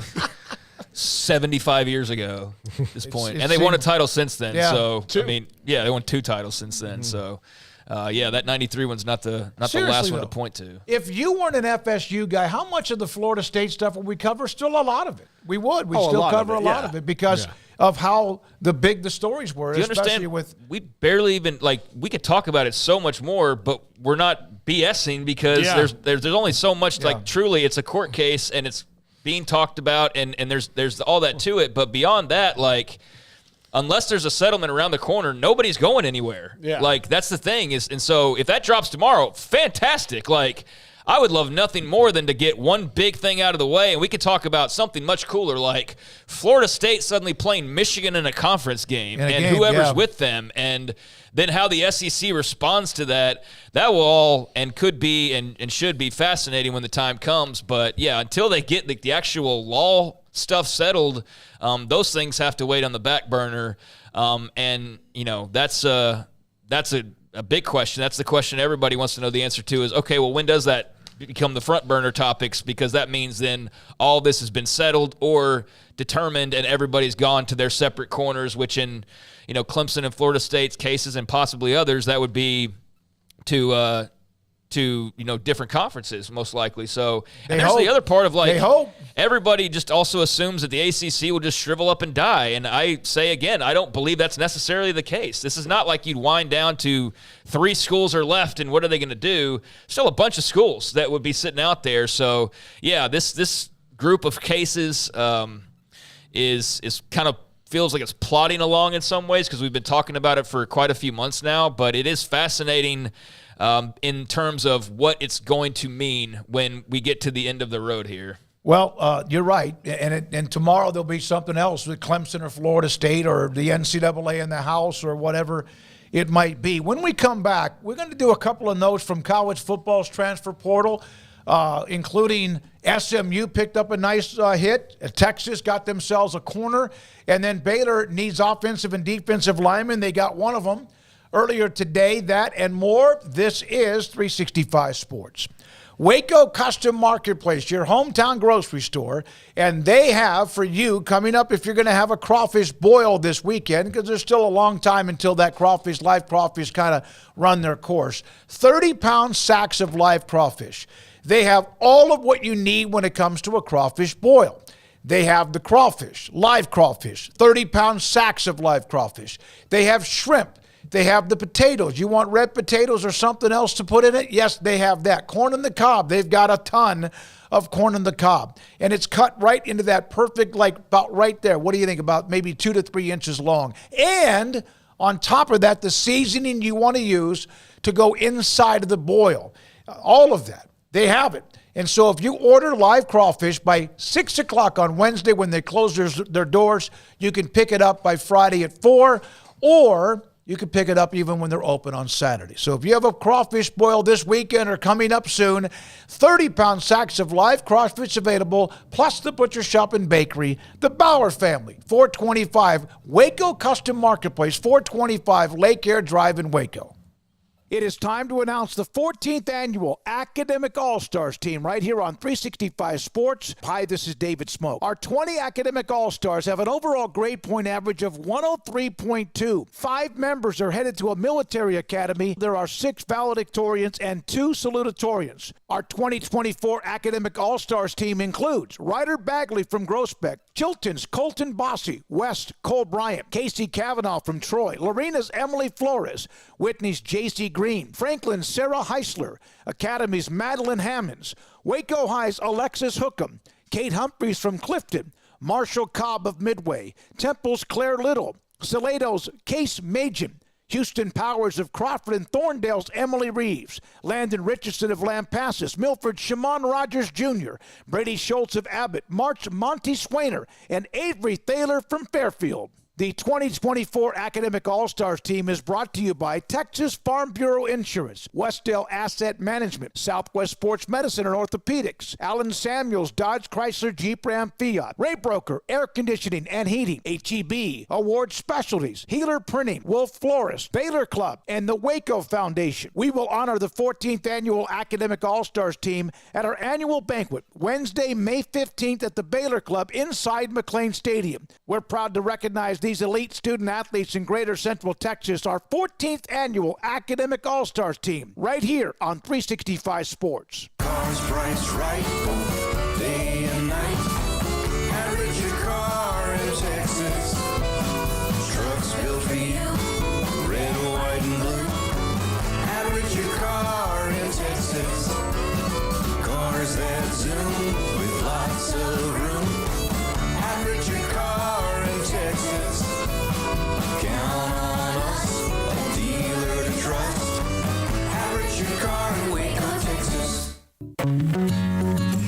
Established in 2007 and independently owned, Alliance Bank Central Texas is committed to helping families and businesses meet their financial goals. From their tellers to their board of directors, they know the importance of superior service and competitive products. Customers have confidence knowing that their financial needs are in good hands. It's your bank, Alliance Bank Central Texas, with 2 Waco locations, 4721 Bosque Boulevard and 191 Archway Drive on Highway 84, and at alliancebanktexas.com. Member FDIC and equal housing lender. Developed by Startup Waco, a nonprofit organization, GXG is a program designed to support the entrepreneurial development of Baylor University student athletes through NIL activations. The program helps student athletes maximize their platforms and offers a comprehensive support system for them to create and grow new businesses that not only benefit themselves, but also uplift the local economy. Fans who wish to support student athletes can donate to GXG via the GXG NIL Fund, BaylorBears.com/GXG. Contributions to support NIL activations through GXG can be made at BaylorBears.com/GXG. For more information, follow at GXG_GreenXGold on social media and visit the official website www.gxg.startupwaco.com. GXG, empowering student athlete entrepreneurship and uplifting the local economy through NIL activations.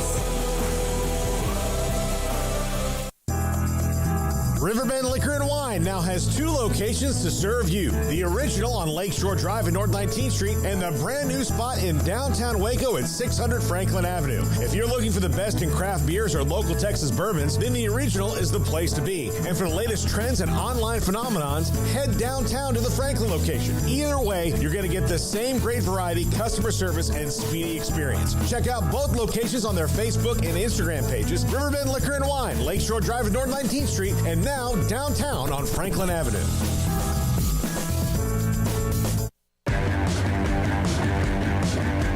This is 365 Sports, powered by SicEm365.com. The 4 o'clock hour is sponsored by Boozer's Jewelers, the wedding ring store, specializing in custom jewelry and repair, all in-house.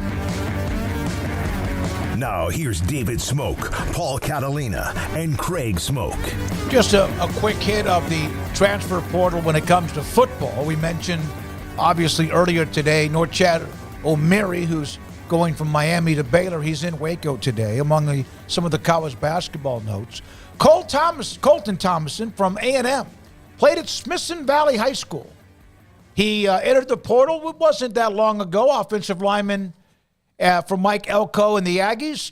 Today committed to Baylor. Bryce Foster's also in the transfer portal. I think one of you mentioned he is on his way or he's visiting USC. But Colton Thomason, this is a position of need badly for Baylor at offensive line and defensive line too. Yeah, it is. So that's nice to get another body. I know that at least one of his A&M teammates, whose name's escaping me now, I remember reading an article on Thomason entering the portal, and his teammate talked about what a hard worker he is. It was very complimentary, and just didn't work out at A&M, but just strange. When you're in this particular avenue of covering college football, when you're on social media, you get a lot of recruits that'll jump out to follow you because they're hoping to get attention or just kind of follow along or whatever. And I don't really cover much of the recruiting, so guys will follow me and then unfollow pretty quickly because they're like, oh, he's not one of those. It's like, this guy got this offer and this guy, that's not what I do. But for some reason, Baylor was recruiting him a couple years ago, and he was one of those that I actually followed back. And I can't explain exactly why. Most of the time, I normally don't because I'm not, like I said, one of those guys. But I followed him, and I continued following him throughout when he was at A&M, and still am. And it's just, I don't know. It's just wild that he circles back around and all of a sudden ends up in Waco shortly thereafter. So, glad I never hit that unfollow button, and just kind of crazy that you don't burn bridges like he did. He didn't in his recruitment because here he is. He originally goes to A&M, and then now here he is in Waco. So it's just kind of how recruiting works nowadays. But it's very cool to see it. And just a small world, it feels like, on my Twitter feed. 6'8", 320. Was a 4-star player out of high school at Smithson Valley with Rangers. Larry Hill, the head coach, longtime head coach. They were always a pretty successful program. SMU picked up what appears to be, at least depends on which site you go to, and there's about 5 or 6 or whatever when it comes to the transfer offensive linemen. But they get Andrew Chamblee from Arkansas, has committed to play at SMU. That's a really nice pickup for Rhett Lashley. Yeah, it is, and he's done. I mean, it goes quietly at SMU, like the moves they make in the portal, because they're not, a household name for everybody. But man, he's gone in there and built up the roster pretty well for the Mustangs coming up for this year. Yeah, that's a very curious program moving forward. They've obviously invested heavy, got one of those last life rafts to the ACC, and now with what we were just talking about in the previous segment, it's situation where they're like, damn, we can't even celebrate, and already talking about the ACC falling apart. But I think they'll be fine in the long run. They got in the door, and I think they'll be okay. And whatever happens with the ACC, I could very well see them being a part of a collection of schools that stick around and rebuild it or whatever if all hell were to break loose. But again, that might not be for another 2 years for all we know. But when that time comes, I think they've at least put themselves in a position where they're able to at least breathe a bigger sigh of relief than a lot of other similar programs out there who never got that call. And they did it in a different type of way. They basically bought their way in, but hey, better to be in than out. And so now they're able to just kind of put that group of 4 backing behind that brand with all that money. And if they can go out and perform on the field and on the court well, I mean, there's no limit to what they've got in the arsenal as far as finances go. So that's just a very curious program, like I said, because they have a lot at their disposal, but they're sort of in a weird transition at a weird time. But they'll be incredibly interesting to look back on in about 5 years. Wherever we are at that point in time, I think SMU is going to be one of the more interesting stories, given how they got into the dance and kind of where the dance goes from there. But they're recruiting well, and I'd expect nothing less. I mean, they've made big investments, and you expect to get a return on those investments, and I think we've seen that in recruiting so far. We'll have John Wilner from the Wilner Hotline around the corner. here in just a second on 365 Sports. Caleb Lohner was at BYU, basketball player, played at Baylor for a couple of years, entered the transfer portal, and now will play football at Utah. Yeah, this will be interesting to see. I don't know what his football past is. I've seen a couple of people saying that they don't think he has one. Does this count to Rico Gathers, former Baylor men's basketball player, among others that have done Wainwright? Yeah. I mean, he's not the first and won't be the last. Rayfield Wright was a basketball player, right? So, I mean, we can do that. The whole Tony Gonzalez and Antonio Gates. Yeah. So we'll see how it works out. He pretty, long striding runner, long arms, all those things. Football might be, especially for his style, he would sometimes be a little bit more overly enthusiastic early on in his career. So I would think so, that it'll work out for him. And he might play basketball for him too, which is a double bonus. I mean, I just don't know why he left the school that basically made turning yourself into a football player from basketball like the norm, which is what that's when you really know your brand's not hot like it used to be, is when even the basketball turned football players are going somewhere else. But we saw that quite a bit here years ago, and not the first, won't be the last, but it's still an interesting move nonetheless. He's a big athlete. And I think that's what's intriguing about him. I would imagine tight end, right, is probably where you're looking for him to go and play. There's obviously an incredible coaching staff that he's about to be learning from, and that he's had conversations with clearly to make this move. And so, I'm really intrigued by what Kyle Whittingham and company can do with Caleb Lohner and trying to turn him into a football player, because he's got some intangibles that are just God-given that should help tremendously as far as size, athleticism, those types of things. But I don't know how well he can catch a football or run routes or any of that, but I'm very interested to watch how this goes. If Baylor would have remained a wide zone, you think that perhaps they would have had more tight ends? Maybe there was a conversation. No, because they'd have already 1/5 of the roster just only tight ends on scholarship. Here's a couple of more names, and we do need to get to John, but Armani Winfield, hell of a high school player, at one point was going to go to Texas, ended up playing at Baylor, just never materialized. Asked Dave Aranda about him when he entered the portal, and he said how he's matured more so as a person than as a player, and he felt like that was next, but he entered the portal. Craig, he's going to Colorado State to play with the Rams.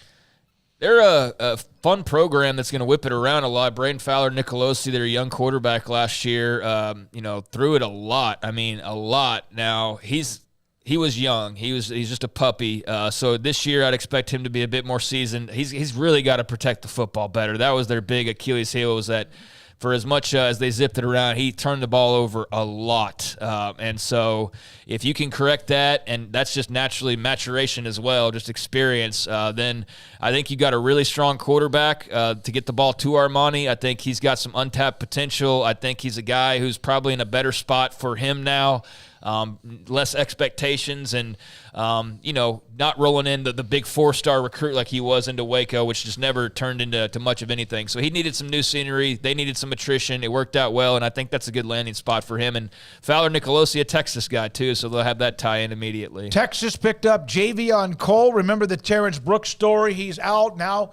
Has UTSA, among others, that are looking at him. Cole, 7 picks, a sack, 14 passes, defense, in other words, PBUs, 2 years with San Jose State, probably among the highest ranked, depending on which site, again, you use, among the highest ranked cornerbacks available. So UT picks up Javion Cole. Yeah, we'll see how he adjusts to life in the SEC. That's quite the jump from San Jose State to the SEC, but he's got some eligibility left, so he's got some runway to work with for sure. 7 picks, I don't care what level you're at. That's not easy to do. Also, around the corner again, John Wilner, a little after 5. Pete Mundo, Heartland Sports, covers the Big 12. Paul Catalina's Top 5. This is 365 Sports.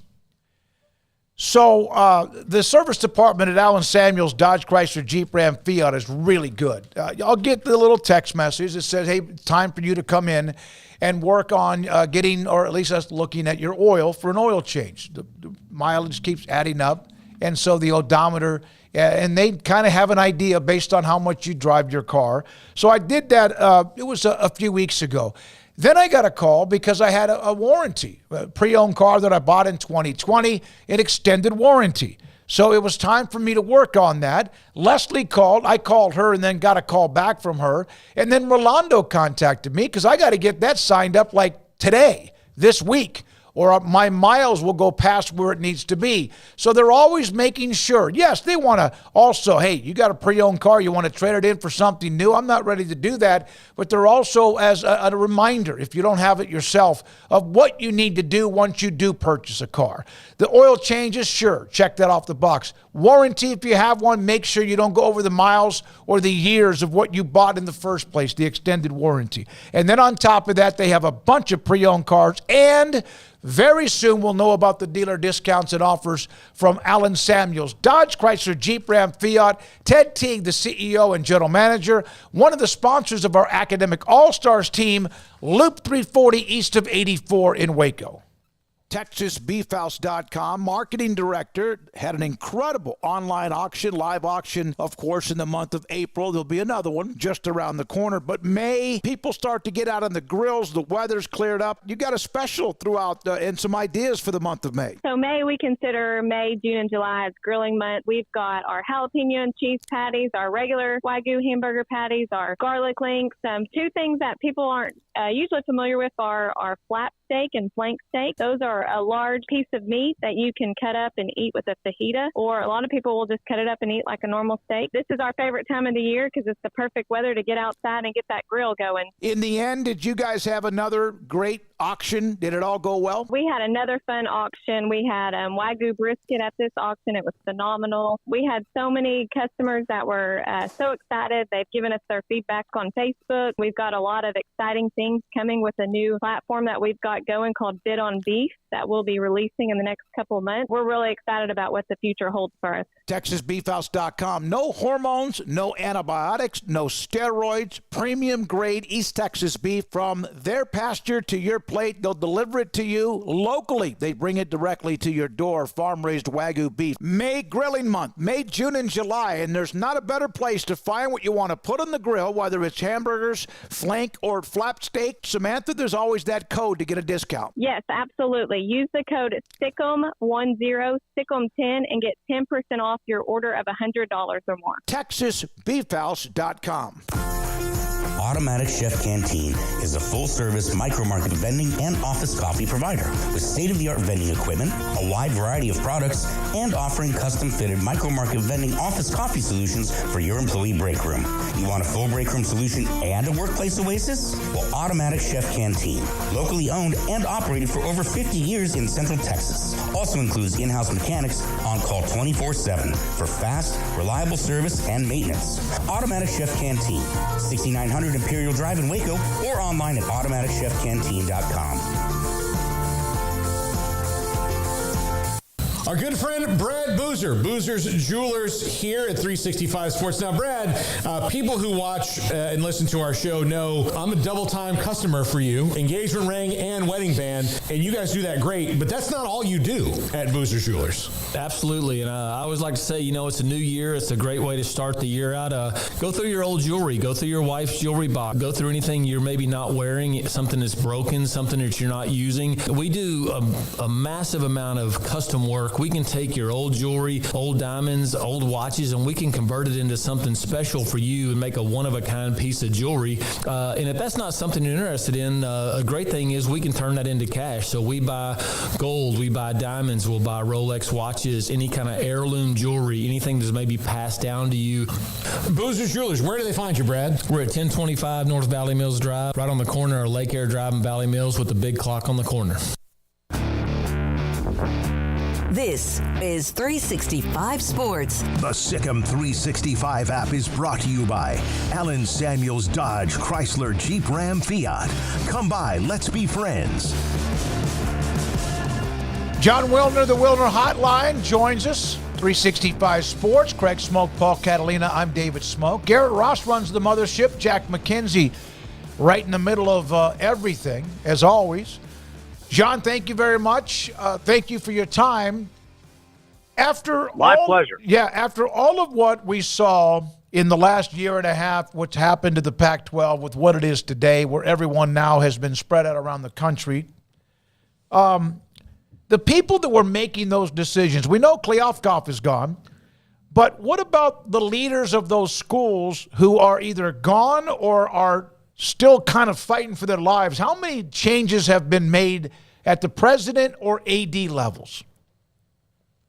Yeah, it's hard to keep track of. In college sports these days, presidents' tenures last less time than head coaches, or so it seems.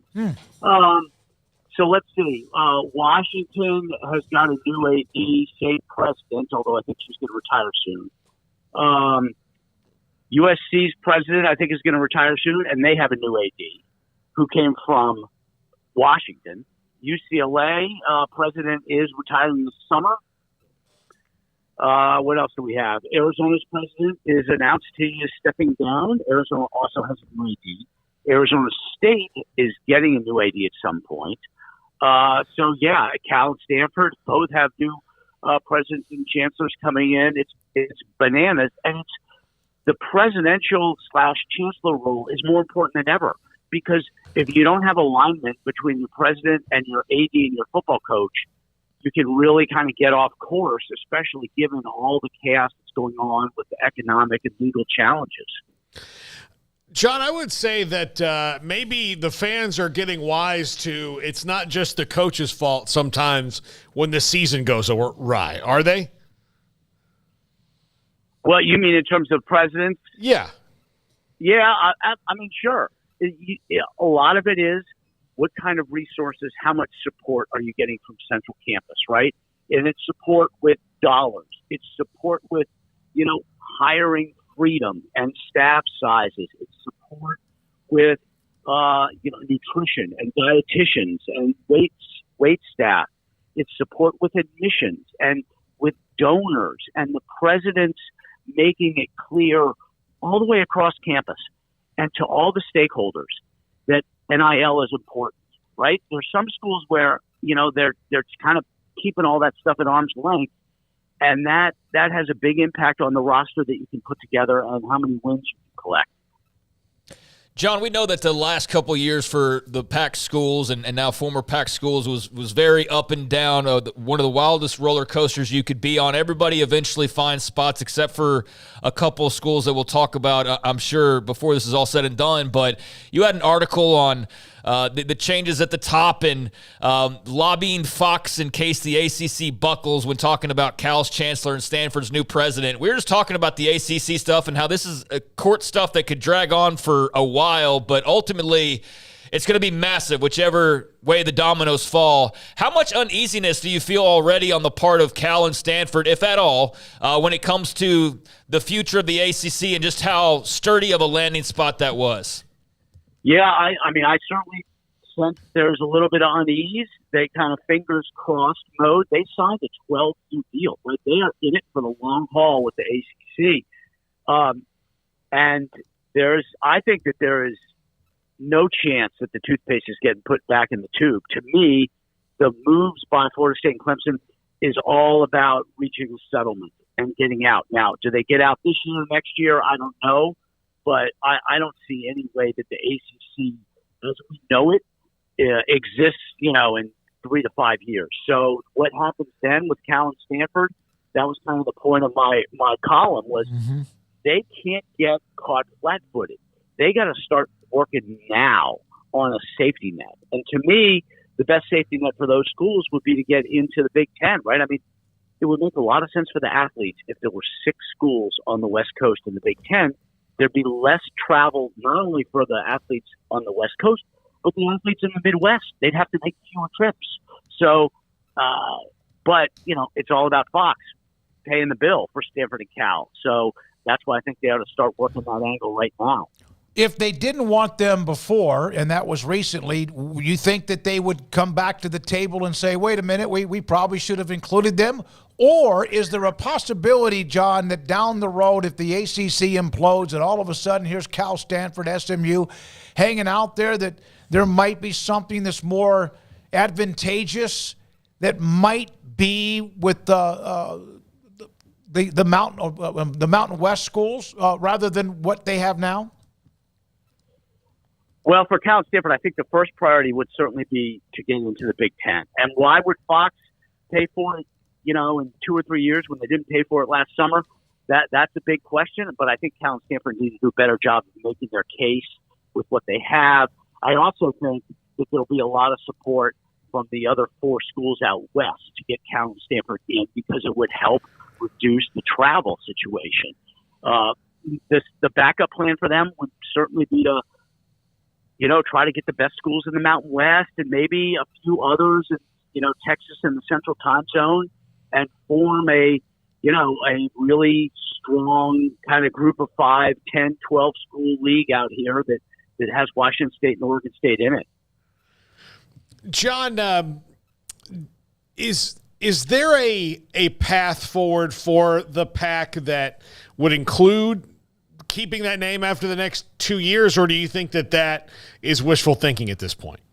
No, I think that's a big issue out here is the name, because the name of the Pac-12 name is certainly devalued immensely, but it still carries, a lot of people think it still carries more value and resonance than the Mountain West name. I mean, the Mountain West only been around for like 25 years, right? So there's a school of thought that Washington State and Oregon State keep the name alive and then have a reverse merger with anywhere from 6 to 8 to 10 schools in the Mountain West moving into the Pac-12 together, right? Or the other option, I guess, would be to watch for Washington State and Oregon State to go into the Mountain West, and the Mountain West kind of takes over the Pac-12 name. Either way, I think that there's a lot of support for somehow keeping that name alive because it does have more value than the Mountain West name. So we saw the reports from John Canzano on the getting close to finalizing a TV deal for both Oregon State and Washington State, a combination of Fox and the CW for next year, and kind of broke down how that would work out. Do you think that's about what you or was it about what you expected them to come up with? And if this is in fact, from all indication, what they're going to end up with, do you think there's a pretty good landing spot given the curveballs that were thrown their way? Yeah, no, I think it's real good because they prioritize visibility over money. They're not going to get much, right? It's a 13-game package for this season. I bet you they don't get more than $1 million, $1.5 million per game. But they want in it for the money because they want like $250 million coming to them from the breakup of the league. They wanted visibility. They can't become irrelevant. And so having Fox makes a lot of sense for me because, Fox wants to show, Oregon State, of course. That's a big game. And then having the CW, right? So they're on 2 networks that have tons of visibility, broadcast television type thing. And I think that's real important. And those will also give them control over their kickoff time. So they're not playing every game at 7:30 Pacific. I think you're going to see a lot of those games in the afternoon time Pacific, which will give them more reach as well. I think it's a very good strategy, and certainly the ACC games on CW will promote the Pac-2 games on CW. So, John, it's crazy. You had this this season that was exciting. You had all these fantastic players, Heisman Trophy candidates. One of them that was the returning Heisman Trophy winner.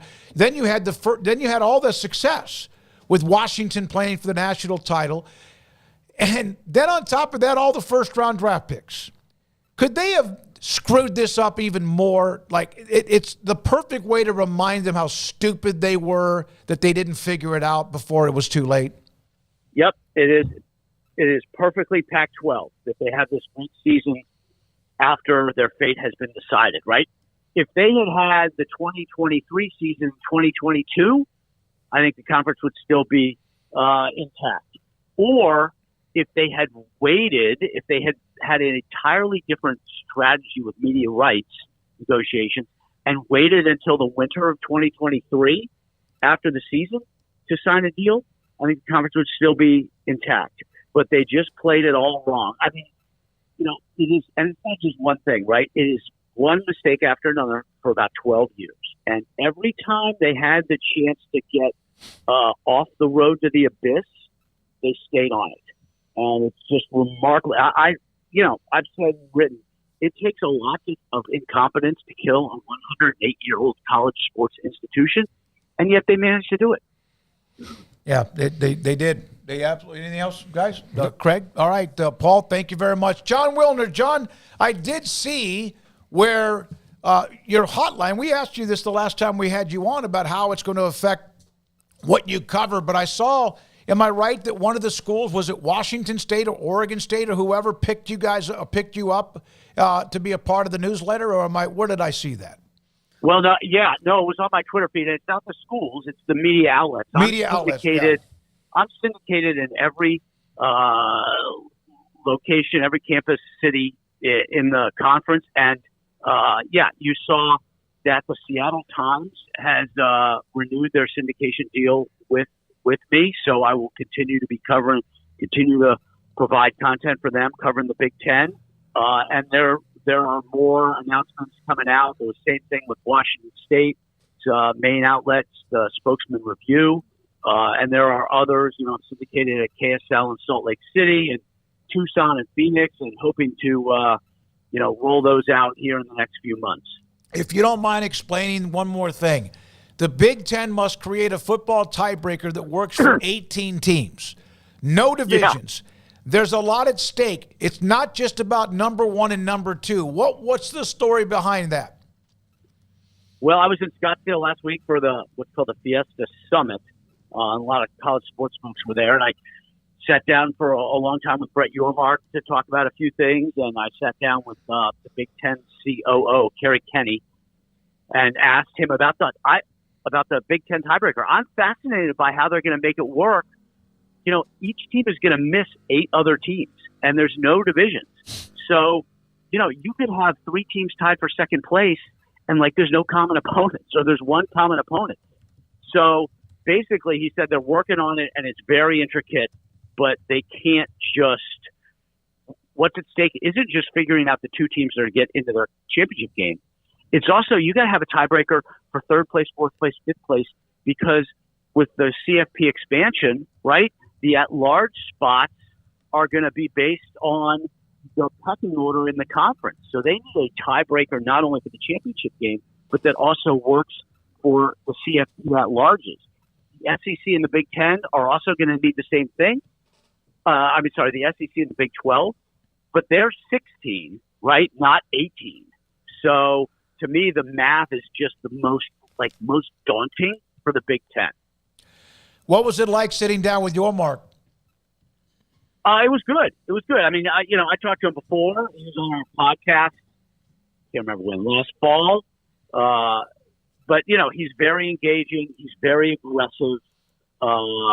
It was good. We talked about a bunch of stuff, and I'll be writing about it over the course of the summer. Some stuff about the Big 12, including his vision for basketball, because, as you guys probably know, he thinks basketball is an untapped revenue source for college sports. Not that it's bigger than football, but that there's a lot there that hasn't been mined, so to speak. And I talked to him at length about that. Thank you, John. We'll be looking forward to that. John Wilner Hotline with us on 365 Sports. Appreciate his time. Around the corner, we will get to Pete Mundo from Heartland Sports. Anything from what John said? You guys want to put a tie or a bow on it? No, I saw building speeds. Just having a look over. I wasn't taking credit for Baylor's recruit. I was saying it's a small world that I don't follow recruits. Yeah. And it just so happened I continued to follow this guy, and he ends up at Baylor in the long run anyways. It just – that was all there was to it, but it's a person named Building Speed, so I'm not taking it too seriously. Craig Smoak worked tirelessly to get I was Thomas. All over it. Yeah. You know what? When you don't see Craig here, he is out beating the streets, recruiting players, finding kids from Conley and La Vega. Love recruiting, love everything about it. I saw that comment, so I know that was probably tongue in cheek mostly, anyways. But thought I'd I'd just say, like, yeah, no, definitely not taking credit for anything there. I'm going to make you start getting in the chat. No, I don't think that's a good idea.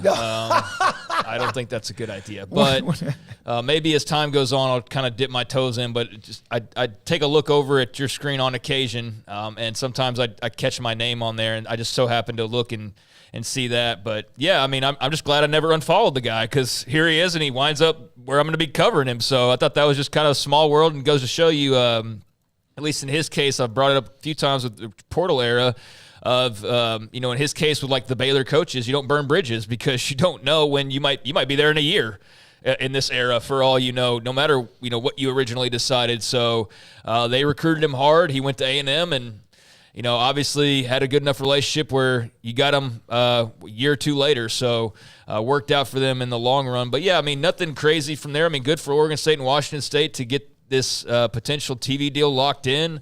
It's just funny to hear about exposure and things like that when we were told, so many times from the Pac-12 side of things of like how much we were overrating network TV.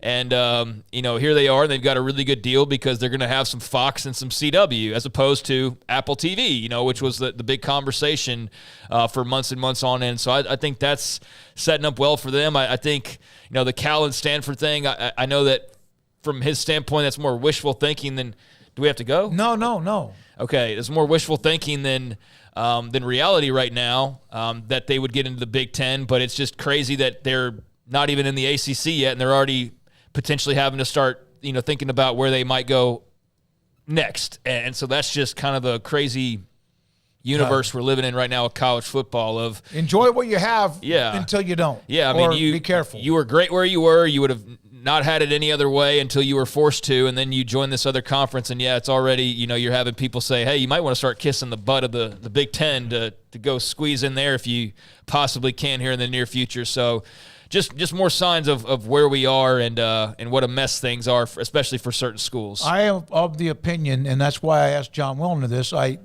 think I phrased it wrong. If the Big Ten wasn't interested in you during the bloodshed of realignment, I don't know why they would be in a couple of years or so if the ACC has any kind of disruption. It'd be like an SMU type deal where they pay their way in, or it's pennies on the dollar, or it's one of those where everybody's expanding to, or everybody, like those two conferences are expanding to like 30 schools.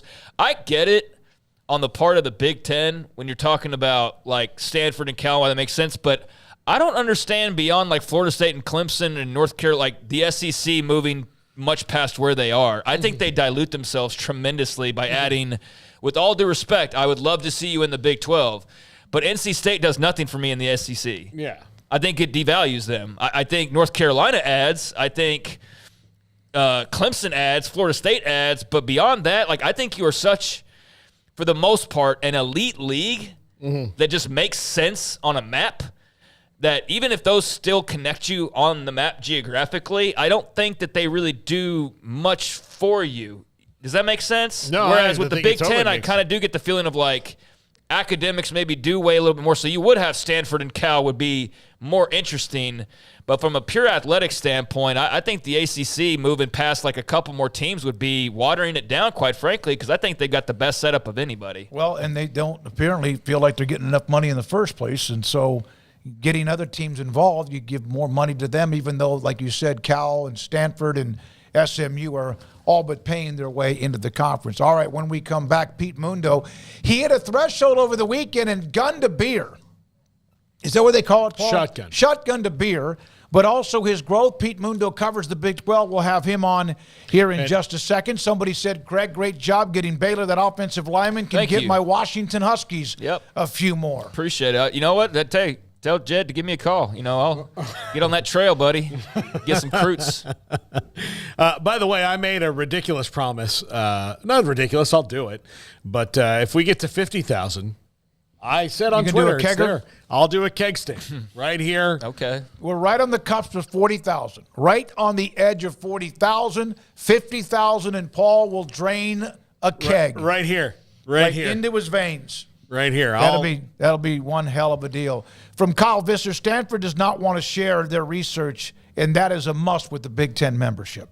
Yeah, I mean, there's all sorts of complications we don't even think of and all of that. But yeah, just the idea that you've not even played a single second of a game in that conference, and already you've got folks. And granted, John's just like looking at the big picture, and it's not necessarily what the ACC is doing. But I guess in some ways they probably are sitting there going like, well, shoot, if Clemson leaves and Florida State leaves, and so on and so forth. So yeah, it's just you can never just settle in this day and age. I don't know how you're going to actually have a true conference champion with 18 teams. Yeah, I don't even care if two teams are undefeated. I just don't know because of the difference in the schedules, the strength of the schedules. With 18, you're veering into a situation where you could have, and I don't think it'll be 3 undefeated teams because that's insane, but you could have 3 teams with 1 loss, all who have not played each other. Right. Like you could very realistically have 3 teams with 1 loss, and one of them is going to get not in the conference championship game because of some sort of arbitrary and thing. They're going to call Florida State, and they're going to threaten to sue. How did you get out of the ACC? Yeah, so. All right, we got to go. Pete Mundo next on the Big 12. His thoughts about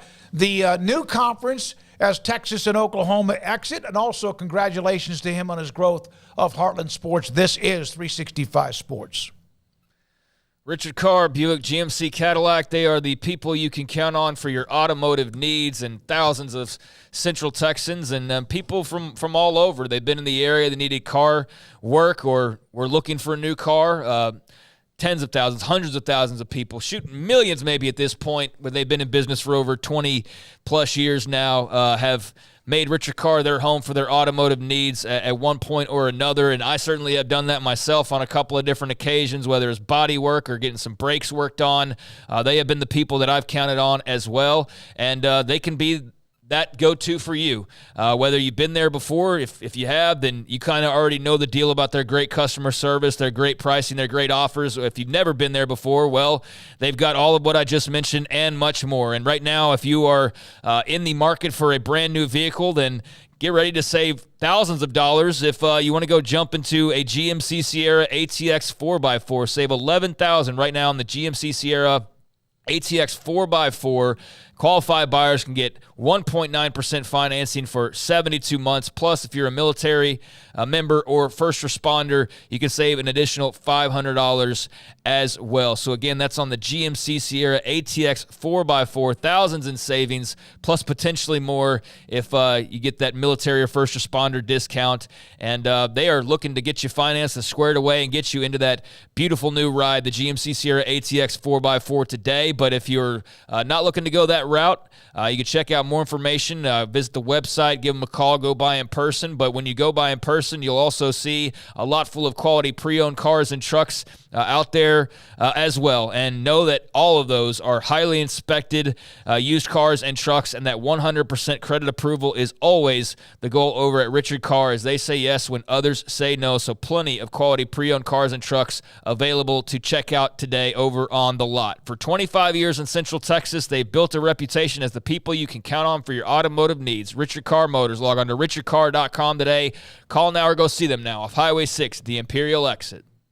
It is time to announce the 14th annual Academic All-Stars team right here on 365 Sports. Hi, this is David Smoak. Our 20 Academic All-Stars have an overall grade point average of 103.2. 5 members are headed to a military academy. There are 6 valedictorians and 2 salutatorians. Our 2024 Academic All-Stars team includes Ryder Bagley from Groesbeck, Chilton's Colton Bossy, West Cole Bryant, Casey Cavanaugh from Troy, Lorena's Emily Flores, Whitney's J.C. Green, Franklin's Sarah Heisler, Academy's Madeline Hammonds, Waco High's Alexis Hookham, Kate Humphreys from Clifton, Marshall Cobb of Midway, Temple's Claire Little, Salado's Case Majin, Houston Powers of Crawford, and Thorndale's Emily Reeves, Landon Richardson of Lampasas, Milford Shimon Rogers Jr., Brady Schultz of Abbott, March Monty Swainer, and Avery Thaler from Fairfield.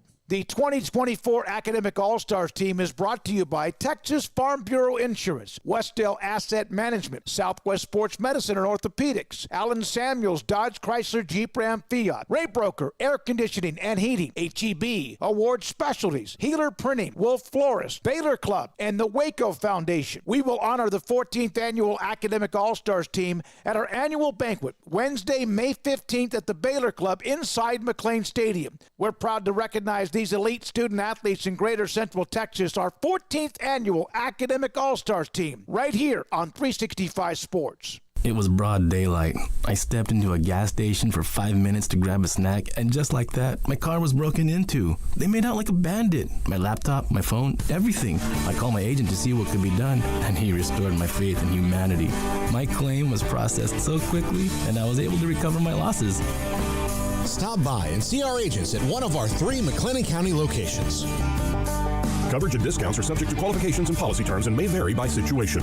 Thank you for calling your local Marco's Pizza. We're turning up the heat with our new Reaper Cheesy Bread. Fresh, house-made dough is topped with a spicy cheese blend infused with jalapeno, habanero, and Carolina Reaper peppers. At only $5.99, this limited-time product is a hot deal. Add it to your order while you can. A Marco's team member will be with you shortly. Marco's Pizza. Pizza lovers get it, and that offer on the Reaper Cheesy Bread is available right now at any of the 5 Marco's Pizza locations in Waco, including Belmead, China Spring, Robinson, Woodway, and Hewitt. Order online at marcos.com. Call for a pickup or delivery. Marco's Pizza is turning up the heat with their all-new Reaper Cheesy Bread with fresh, hot, house-made dough topped with a spicy cheese blend infused with jalapeno, habanero, and Carolina Reaper peppers, and only $5.99 and for a limited time only. Marco's Pizza, the fastest growing pizza brand in America, 5 locations in Waco, and the new Reaper Cheesy Bread. Marco's Pizza. Pizza lovers get it.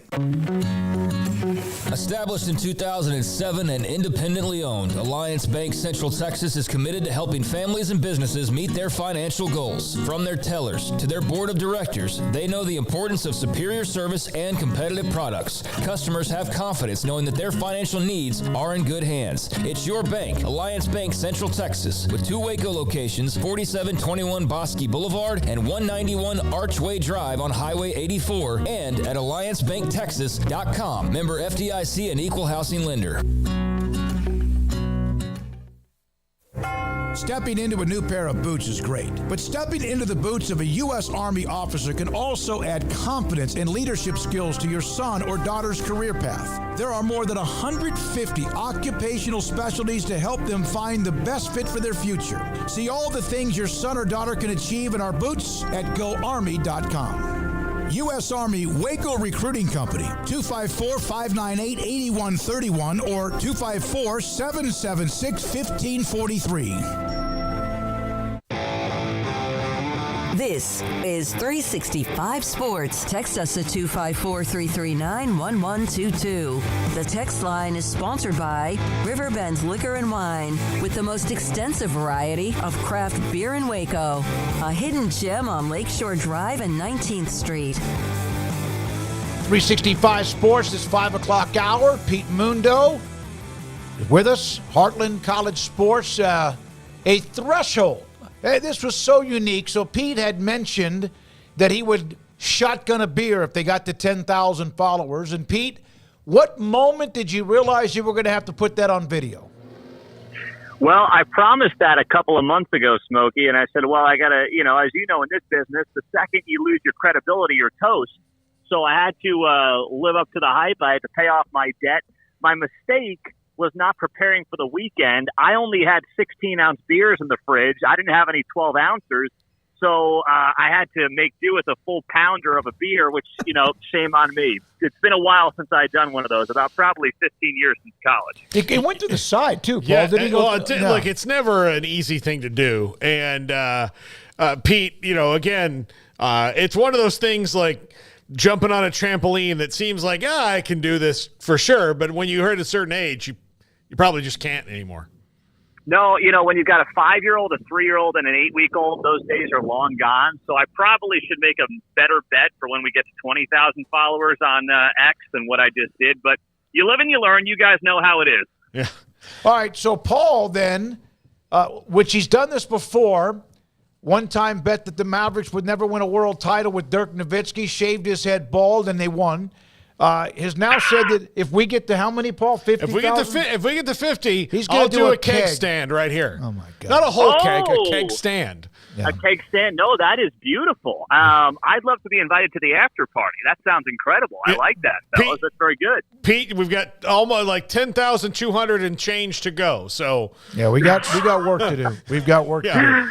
So how do you, now that we're within a month or so Texas and Oklahoma on their way out. Texas has dominated the Big 12 almost across the board on everything this year and just won the regular season title in softball. But when it comes to football, that's where all the money is, although men's basketball too. How do you see the incoming four merging with who's going to stay and how the pecking order will be near the top? Well, I think the beauty of the Big 12 going the next year is there's not going to be a pecking order. You could probably make a case right now for almost half the teams in the Big 12. You can make the case, and many will make the case for Kansas State, Kansas. They'll make the case for Iowa State. They'll make the case for, Arizona, Utah. UCF will get some love. West Virginia will get some love. Some might throw Colorado in the mix. So what I love about what the next few months are going to bring for us to cover the Big 12 is that the storylines are going to be incredible because we can write, or you could talk about it on your show or any show for that matter, and you can look at half of these 16 teams and say, if everything breaks right for that team, they're in a Big 12 championship game in Arlington at Jerry World coming up in December. And for those of us that cover it, and for the fans, by the way, that's great because every fan base wants to feel like they're a part of it. They're in the mix of the offseason. And most conferences can't say that. What other league, at least Power 4 league, you certainly can't find one. Maybe there's, an FCS league I'm not aware of. But what other college football league is going to spend the next 3-4 months looking at this and saying, you know what, we've got potentially 8 teams that can get to a conference title game and then potentially win it. That's what I love about this league and what the next 3 to 4 months are going to bring for us. Pete, who do you think is set up the best, though, to hit the ground running? Oh, the 4 new, Utah. It's not even close to me. I mean, I think Utah with Cam Rising coming back is in a great spot. Kyle Whittingham has probably been the most underrated coach of the last decade and a half. I mean, some might argue it's Mike Gundy, but those two guys have been stalwarts at their programs for the better part of 2 decades. And, Utah, to me, they got a pretty easy schedule because now with this 16-team league, you suddenly have to look at the schedule breakdown. For the last 10 years before last season in the Big 12, you knew, hey, this year I've got this team at home, the next year I got that team on the road, and we just kind of bounced back and forth for a decade. Well, now you actually have to look at the strength of schedule and try to figure out who's got the weaker schedules, who's got the tougher schedules. So Utah, with what they've got coming back, along with the schedule breakdown for the Utes, I think they are primed for a good run. I mean, they got a tough game in September against Oklahoma State in Stillwater. If they can pull that one off on the road, they'll be the favorite for the final 2 months of the year. There's no doubt in my mind. Pete, I'm not asking about your exact numbers when it comes to traffic and things like that, but I was just curious on your end. Obviously, Texas and Oklahoma are behemoths. I mean, they're top 5 all-time programs, both of them, with massive fan bases. But it also feels like they never really were all that invested in the Big 12. Like they were there because that's the way things worked out, but they never were proud to be members of the Big 12. I think it's safe to say that all 4 of the newcomers this last go-around were all very excited to be making the quote-unquote jump up.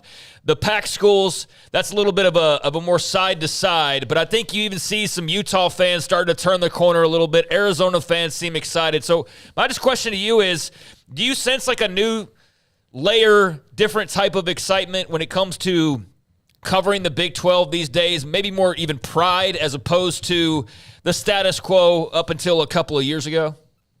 Yeah, I mean, we never, our site obviously covers the Big 12 and, we've done it for almost 10 years now. And those 2 schools, people have asked that. They said, oh man, you're going to be hurting with those 2 gone. It's like, not really.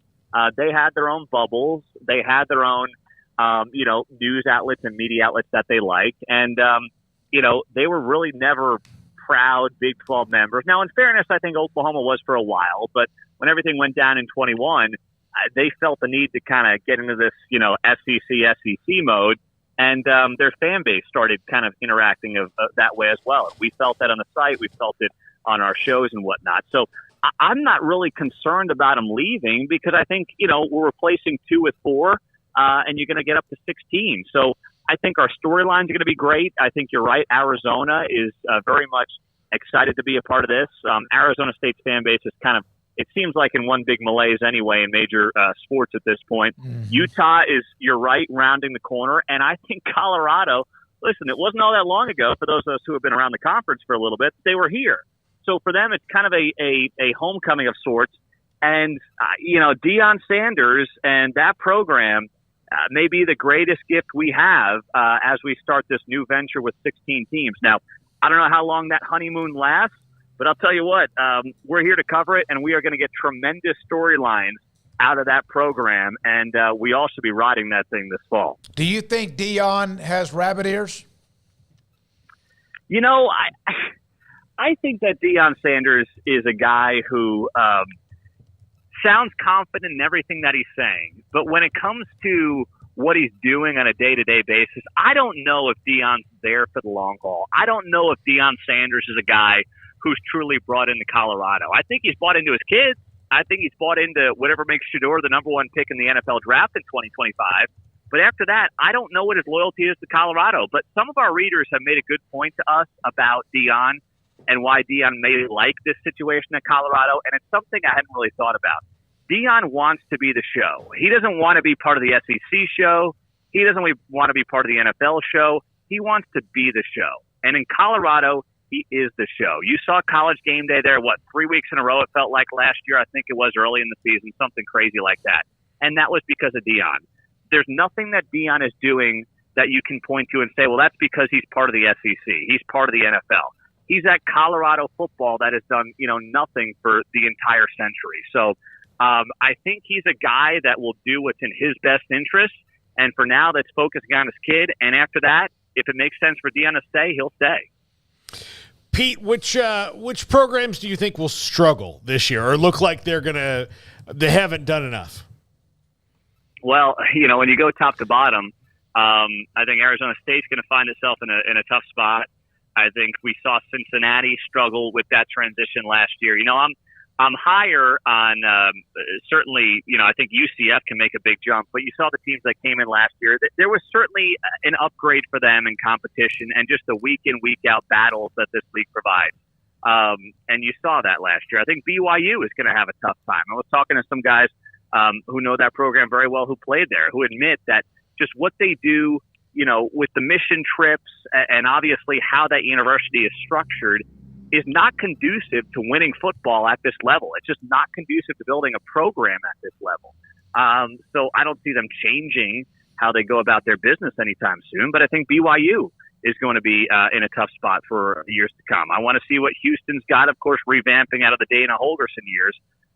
So I think, you look at some of those new teams, Cincinnati, Houston, BYU. I want to see what Baylor's got itself, situated in right now, and how Dave Aranda goes into this year, which I think is going to be a pretty darn hot seat, as it should be. And then I think you look at a lot of the old Big 12 schools, as we refer to them now. I think they can all sit there and say, hey, if things break right at West Virginia, at Texas Tech with Joey McGuire, at TCU, Kansas State, Oklahoma State, Iowa State, I think they're all in positions to say, hey, if things click, if things go our way, we can be in the mix come November. I think it's some of the new teams that are not going to be able to say that. Pete Mundo, Heartland College Sports, with us on 365 Sports. It ought to be interesting. We just had John Wilner on talking about the Big Ten, 18 teams.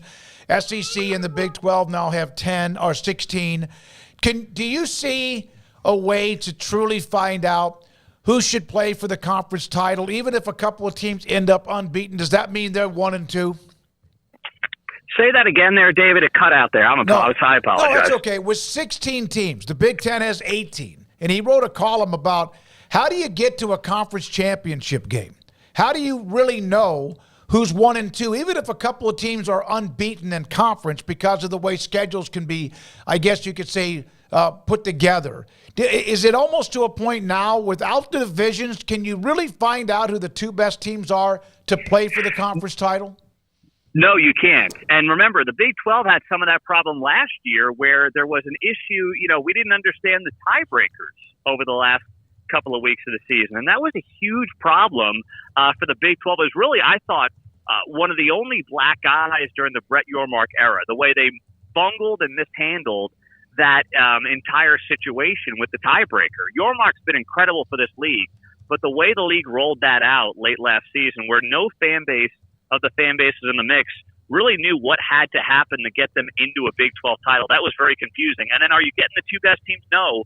But I think this is the way to go versus having divisions, because we've seen what's, happened in the Big Ten for the better part of the last, decade now, where the Big Ten East champion is always the one who's a 30-point favorite going into the Big Ten championship over the Big Ten West team. And I don't want that for the Big 12. The tiebreakers could be clunky. Yes, strength of schedule will matter, but this is still a much better way to do it than building divisions and, hoping you've got equity in those divisions. And I think in the Big 12, if there's one thing that we know, that we cannot project equity. We cannot project who the best teams are going to be because there aren't those traditional blue bloods. So you're really guessing at that point. There's no obvious east, west, north, south way to do this thing.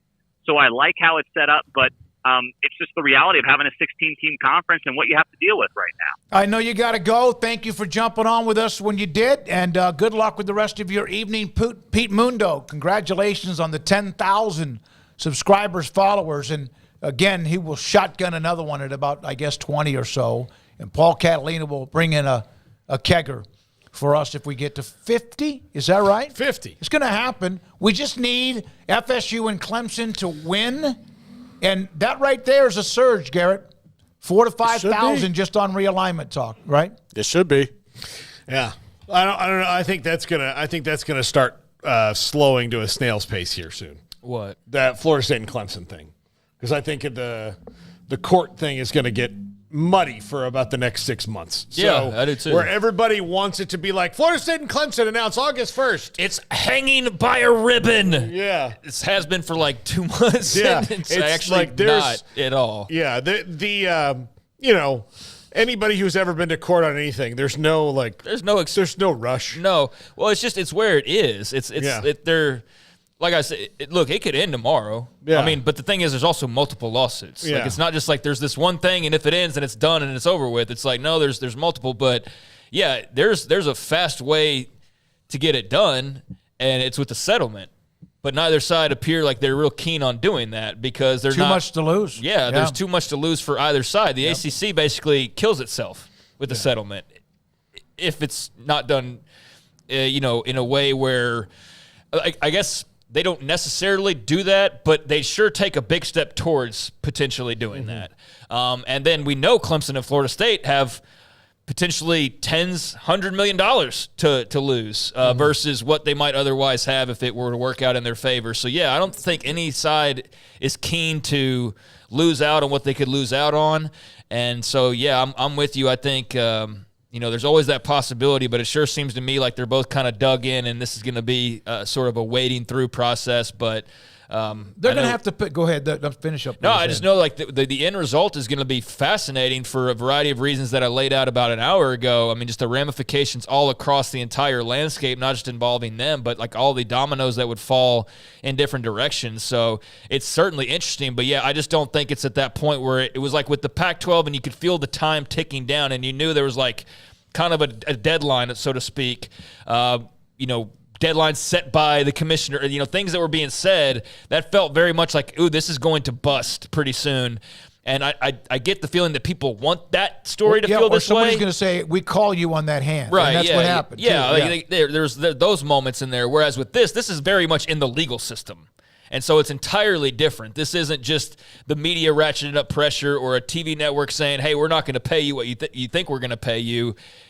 Go back to the drawing board. This is very much just in the courts, and so that's why it's very different as far as the immediacy feeling. I think that because of what happened the last 3 summers, that this was also maybe false hope. Well, people want that good adrenaline rush of realignment again. Yeah. That's what they want. Give the SEC. Okay, who benefits? Let's look at it this way. And think out the big picture. Who benefits if Florida State or Clemson, if they somehow were to win? They're still going to have to pay money. They're not walking out the door without paying millions and millions of dollars, and they're willing to do that. Who benefits? Like a lot of people do. The Big 12 could benefit, although we still don't know exactly how. They'll get them, and them. No way in control of what's going on right now. Clemson and Florida State would benefit, you think, and yet again, Are you certain of course they would be picked up by either one of the big boy companies? Oh, my God. Yeah, I'm certain. I think that's the dumbest line in this whole thing No. I'm not talking about you. I'm saying the dumbest thing that I see over and over again is like, well, they don't officially have invitations because they can't. Right. Because they can't officially have invitations. That's why they don't have invitations. Will they get a full share?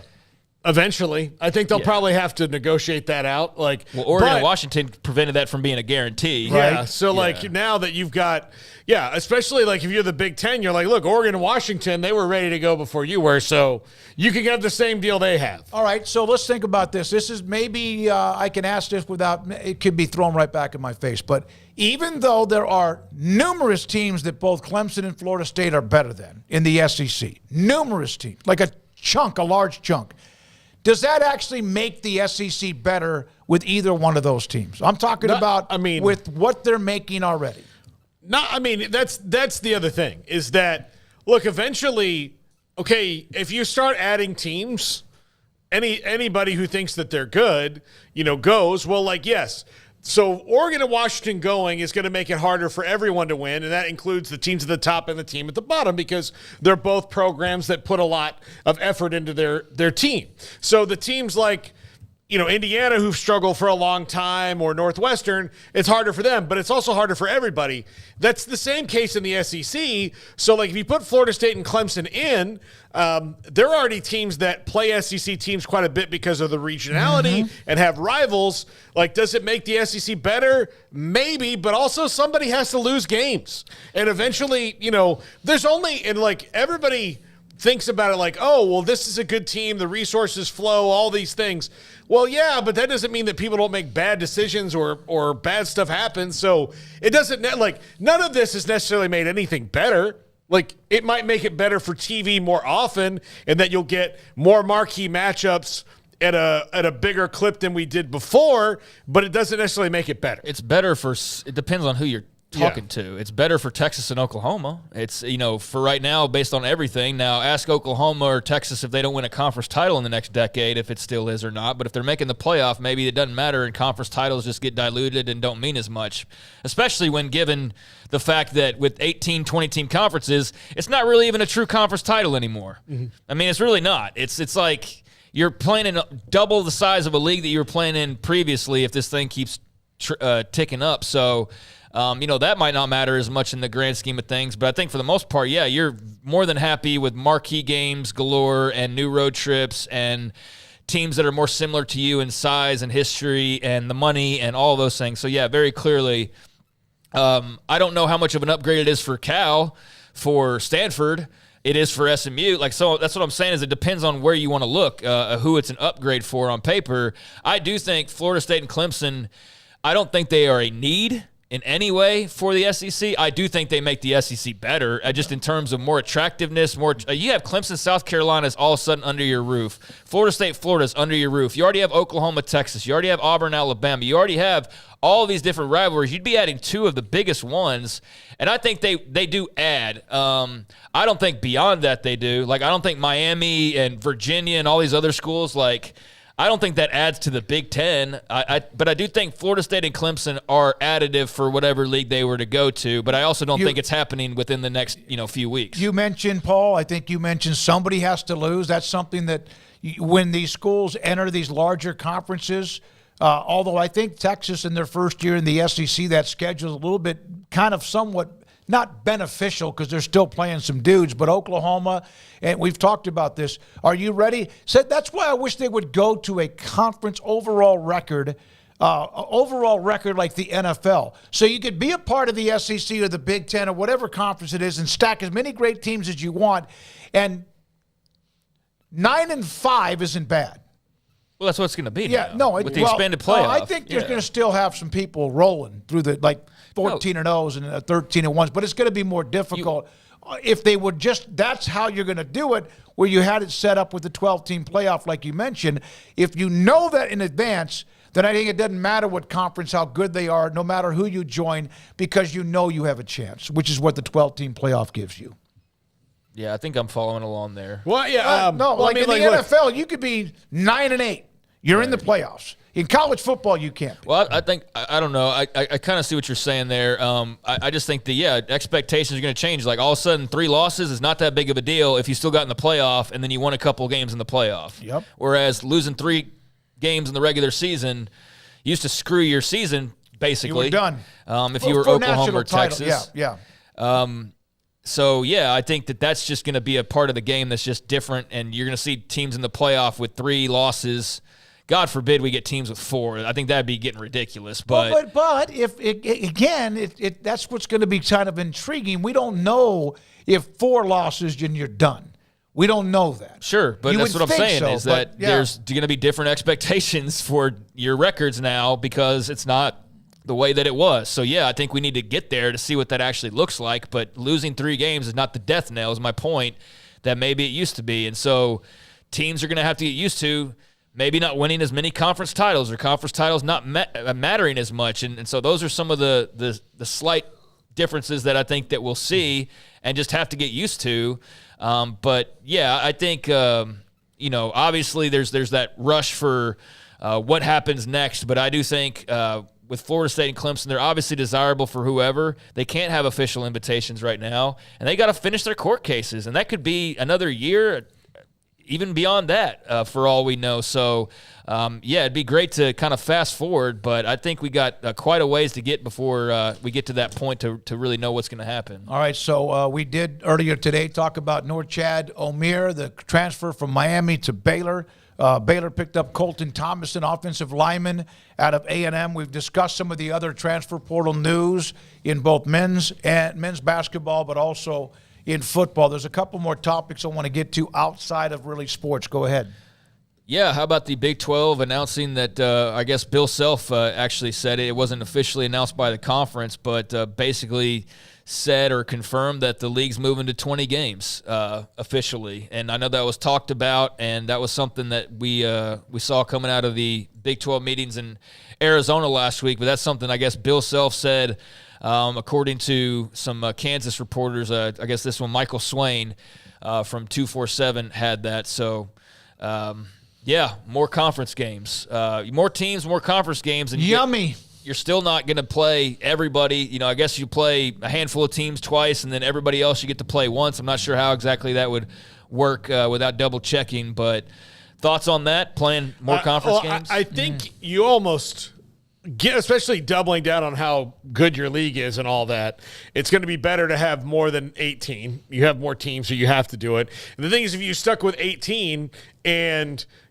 every team has to play somebody once, then that means you really only get a couple rematches. There needs to be more than just a couple of rematches, especially, maybe at the higher end. I'd like to see Houston and Kansas play twice. I'd like to see. All right, remind me of this. If they play 20, does everybody at least play somebody once? Yeah. Okay. So I'm okay with it. Because in football, 15, you can't do it that So way. you'd have 15. Everybody's got 15 ways, chances to play everybody once. And then you have 5 you work through.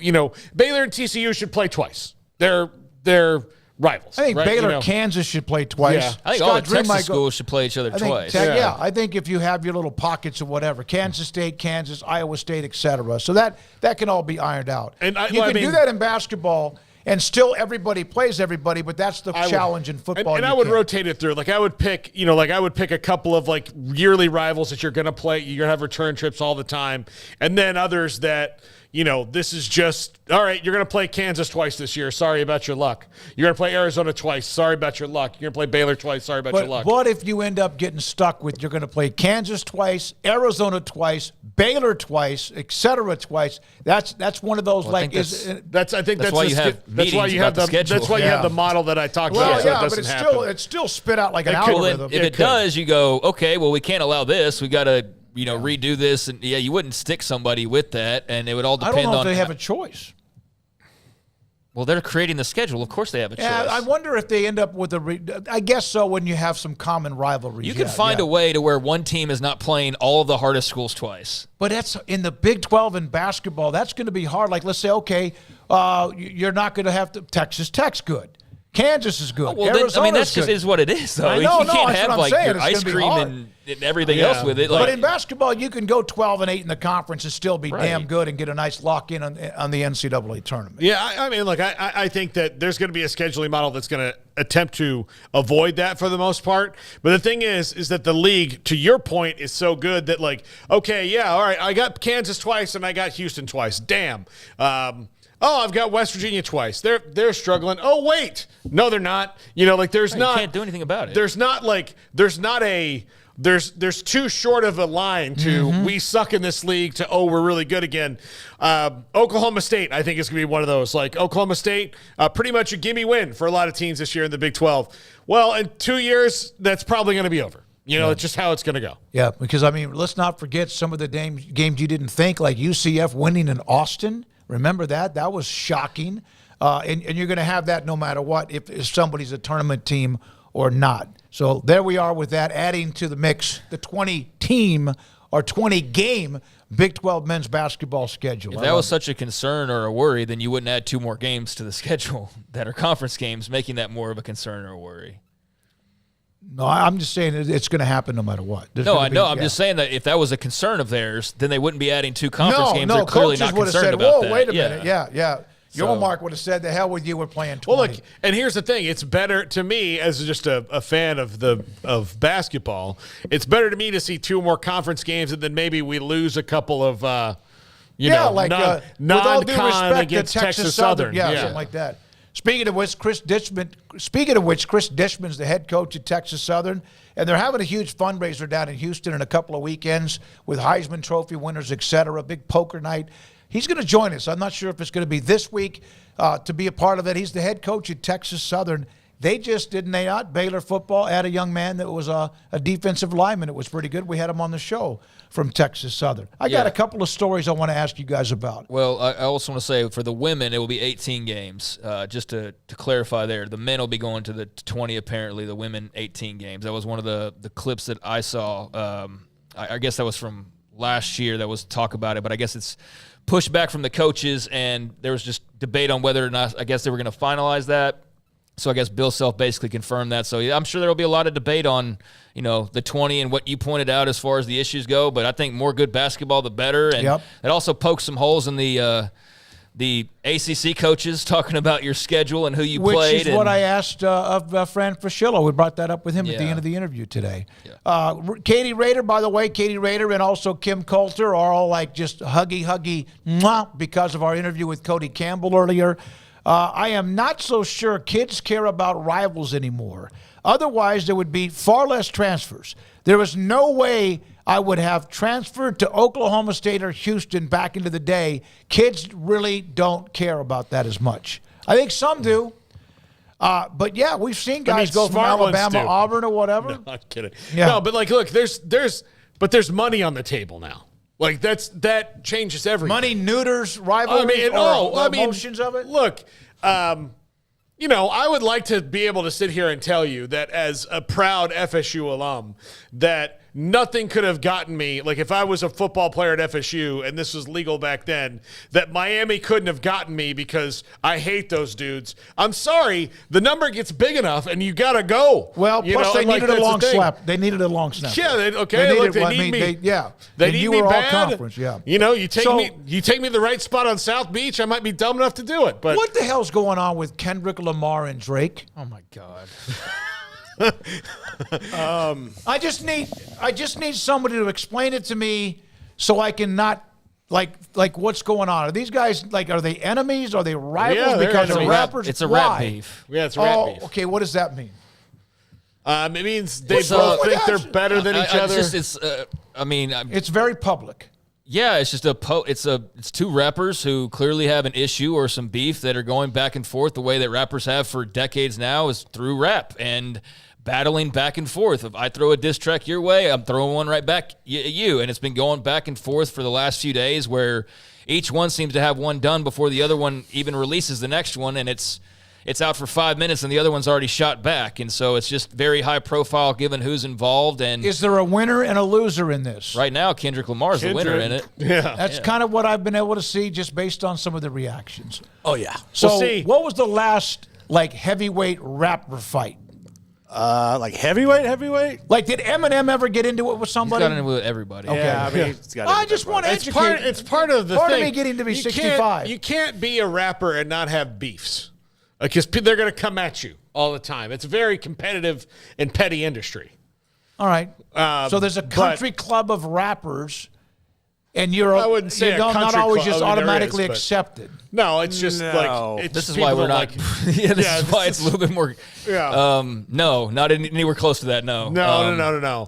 It's just part of the history of the genre is that you have that's all battling I back wanted and to know. forth. It goes back to the earliest days of hip hop. It's just the latest example, and it's high profile because, like I just said, who is involved? There's been thousands of instances from people you've never heard of to, yes, an Eminem who's battled countless other people, and this will, I mean, seemingly last a little while given the weight being thrown back and forth, although at this point I think Kendrick might end this here pretty soon, or Drake will wave the white flag, but then again, maybe they just keep going, but it's definitely caught a lot of people's attention because it's very high profile, and it's also been very personal, well executed in terms of the songs themselves and the attacks taken and all that, and very personal, yes. So it's made it it's amplified it and made it a much bigger deal than all the other ones you've never heard of. I will put this in sports terms, Smokey, so that you get on this particular one.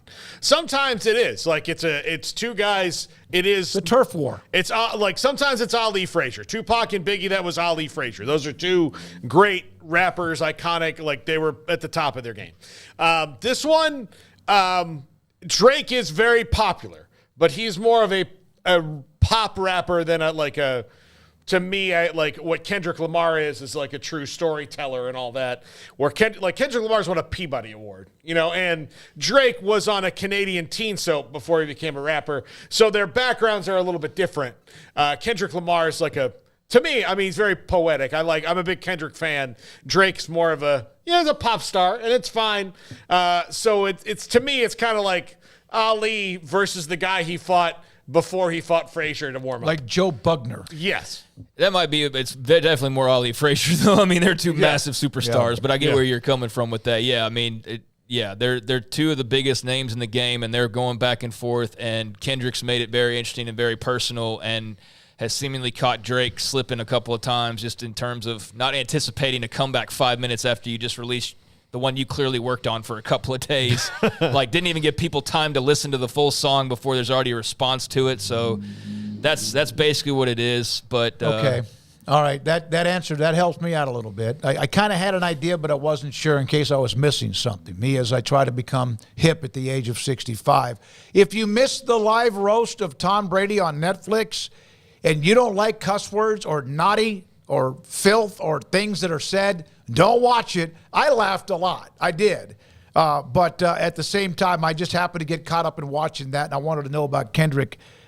Justin R., think of Kendrick, Drake, Macho Man, and Hogan over Miss Elizabeth. Yeah. She was hot. Somewhat, yeah. There's no Miss Elizabeth involved here necessarily, but no, I know exactly where you're coming from, and yeah, it's two heavyweights in their respective game that are throwing grenades back and forth, and some of them have been outright nukes. And I think some lines have been pretty heavy, but in a good way for a rep battle. What have you thought, Garrett, about the Kendrick and Drake beef? So I initially didn't want this because of J. Cole. When J. Cole got involved. But since I'm all for it. I'm all for Kendrick.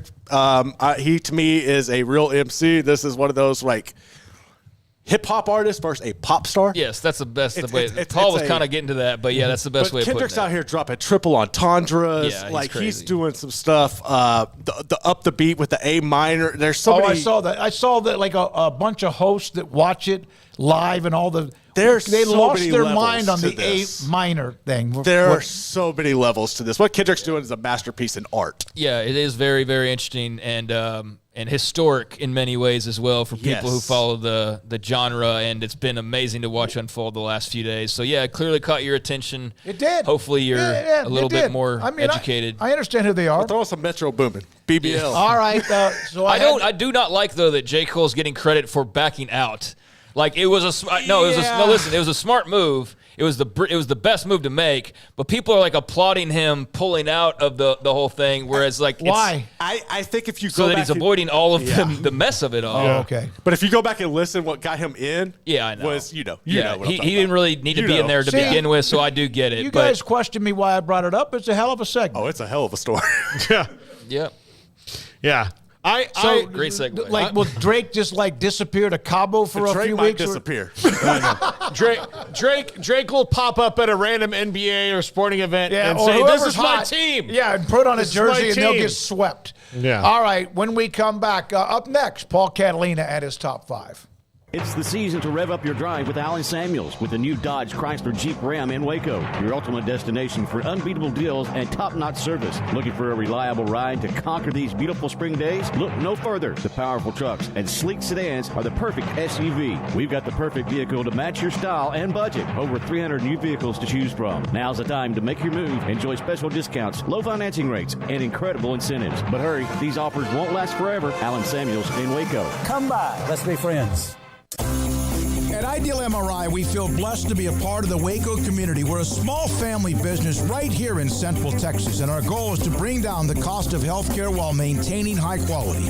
At times like this, the cost of healthcare has never been more important, and unfortunately, significant illnesses and injuries still occur. That's why Ideal MRI is open and here to serve you through the difficult time. We offer premium MRIs just like a hospital with state-of-the-art technology and specialists, but you'll pay less. Sometimes thousands of dollars less, whether you're using insurance or not. At Ideal MRI, we accept most insurance and there are no hidden costs, even offering financing if that's needed. Everything included in the price, and you'll not get something as a surprise in the mail later on. If you need an MRI, ask your doctor about Ideal MRI. They'll know. You can schedule an appointment safely from home online in minutes at idealmri.com or give us a call, 833-IDEAL-MRI, idealmri.com. TFNB Your Bank for Life is the official local bank of Baylor Athletics. Find out why more Central Texas are making TFNB their bank for life. Sign up for our Edge checking and savings accounts to earn interest or cash back. With 5 convenient locations and an award-winning mobile app, banking has never been easier. TFNB Your Bank for Life. Member FDIC.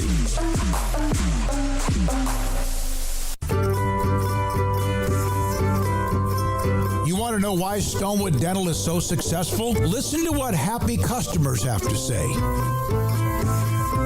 Pleasant. It's different than any other dentist office. I really feel like they care.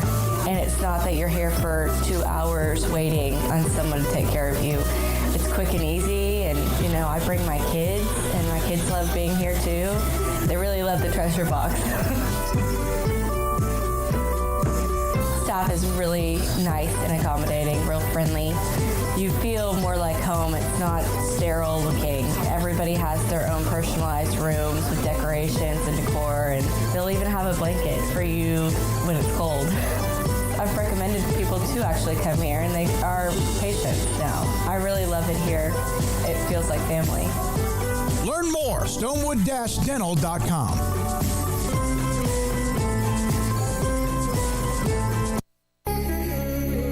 It's time for Paul Catalina's Top 5, brought to you by Texas Beef House. Where's the best beef in Texas? Your house when you order from Texas Beef House. Unleash the flavor of Texas raised Wagyu. From our pasture to your plate, TexasBeefHouse.com.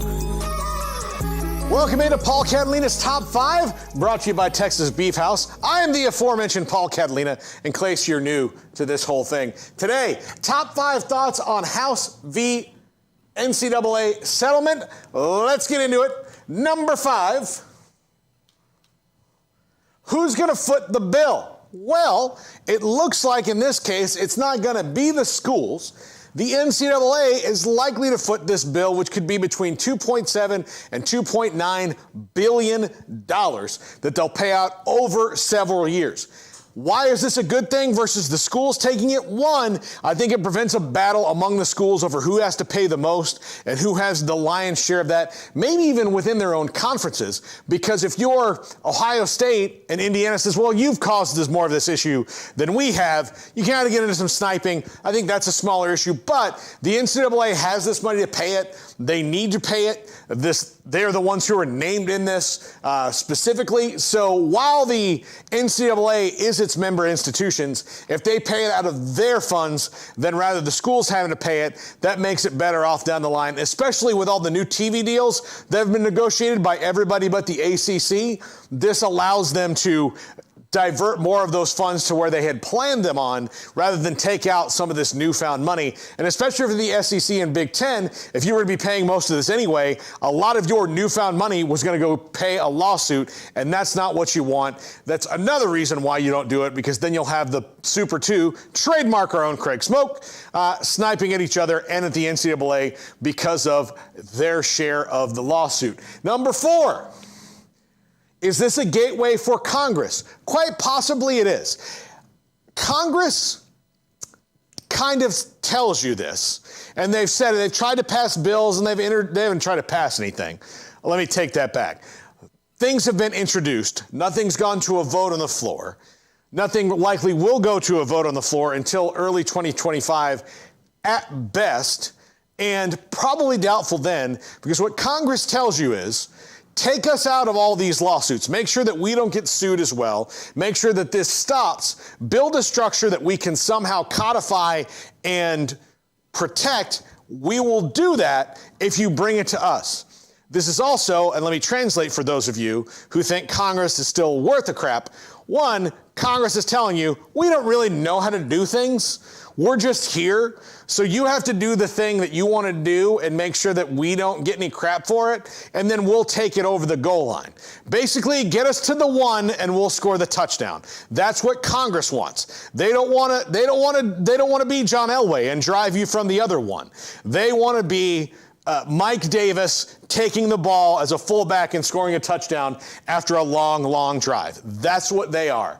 And if you don't know that, read a history book. Number 3, can school presidents agree to a structure?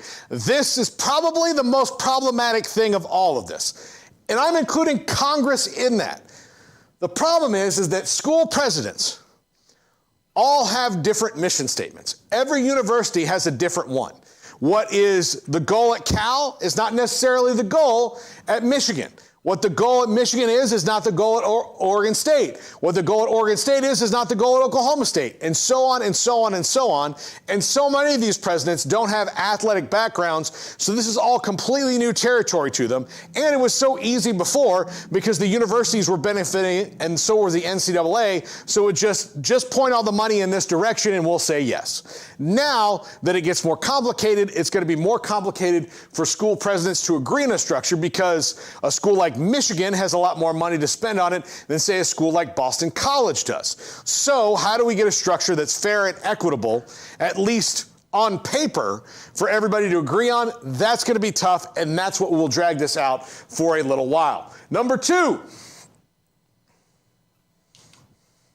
how do you balance out Title IX? This is actually a question that comes up a lot. And people say, well, Title IX is going to get this or Title IX is going to get that. And look, there are different things that Title IX has made a lot of changes over the last 15 years in what is actually their purview and the things that they are. But the bottom line is if more schools have more money to spend on scholarships outside of football, which this is likely to include a reduction in scholarships for football and an increase in other sports. It means that sports like baseball and softball can get more money. Well, if you have a corresponding sport, and the reason I use baseball and softball is that they're so alike in that same amount of positions, same amount of roster spots, same amount of scholarships available, and basically the same overall cost for running a baseball facility, running a baseball program, travel and all that, because the numbers are exactly alike. So if they can leave the very stupid 11.7 scholarships behind and move to a, say, 25 scholarship model that a school can do, then that really helps with Title IX. Now, there will be other smaller Title IX issues that will pop up along the way, as in okay, if football is going to get this much money, how much do we give women's basketball? Because some of this probably has to be on a graduated income scale of how much sports bring in, but to make it fair enough so we're not having constant battles about who gets more money and why they deserve the same and all of that. It's got to be pretty close so that if there are, employment, which is probably not the likely model, but agreements collective bargaining wise, how do male and female athletes get a fair share of the money without having a constant fight? We're seeing that now in very many other walks of life, and it's a hard thing to deal with, but if you start from zero and have a fair plan going forward, it'll be a whole lot easier. And number one, how does this change anything with collectives? You see Tom Haverford of Parks and Rec here throwing up money. Look, it probably doesn't change much. It probably changes the structure of them. A lot of them will come in-house, but there will always be outside collectives that are going to be there to give money to athletes. That's probably not going to change. There might be slightly more regulation on them, but nothing that's going to change what they do, because in-house NIL will be about, really, it's going to be in-house just paying a stipend to players, and NIL will be handled mostly by outside collectives who sell sponsorships for legitimate advertising firms, and maybe cuts out a little bit of play-for-play. I say maybe because I don't know if there's anything that can be done to really cut out pay-for-play. Even if the university is going to pay you $75,000 a year, you're going to make another $25,000 in endorsements from an NIL collective. There's nothing to say that a third NIL collective couldn't come out there and say, we're going to give you $100,000 for nothing because we want you to go to our school and not our rival. So there's a lot to do it. Doesn't really change anything with the NIL, but perhaps giving it a little bit more structure and easy for us to follow and find out, because right now, collectives and money and how much players are getting is shrouded in mystery, and it's really hard to explain. That's going to do it for this top five. We're back to wrap it up right now. All right, we will do that. Garrett, do you have the Snoop Dogg graphic? I know we're running a little bit behind. Yes, right here. So Snoop Dogg, a new title sponsor. Snoop Dogg getting involved, the Arizona Bowl, presented by Gin and Juice, an historic marriage of celebrity alcohol brand and a bowl. Yeah, and Dr. Dre is also a partner in Gin and Juice, so. Here we go. The Snoop Arizona, Dogg. look, last year was sponsored by Barstool, and not to knock that, I'd much rather play in the Snoop Dogg Bowl than the Barstool Bowl. I was there for a celebrity 7-on-7, what was it, the Wounded Warrior flag football game in San Francisco, and Snoop Dogg could not have been better, could not have been more nice, That's gracious, accessible. He was fantastic in a game that Roger Staubach, I think, was one of those games he threw his pick 6, and he was furious for the rest of his weekend. All right, thank you very much, Paul. TexasBeefHouse.com for Paul's Top 5. Garrett Ross, thank you. Emery Winter is dialing up 365 Sports tonight for 10:30 tonight on the CW. Craig, what do people need to do? Hit like and subscribe. Be more emphatic about that. Hit the like and subscribe button if you haven't already. Thank you for those who join us when you do. And Paul, again, a kegger if we get to 50,000 subscribers. Paul, Catalina, Craig Smoak, I'm David Smoak, and our amazing sponsors every day.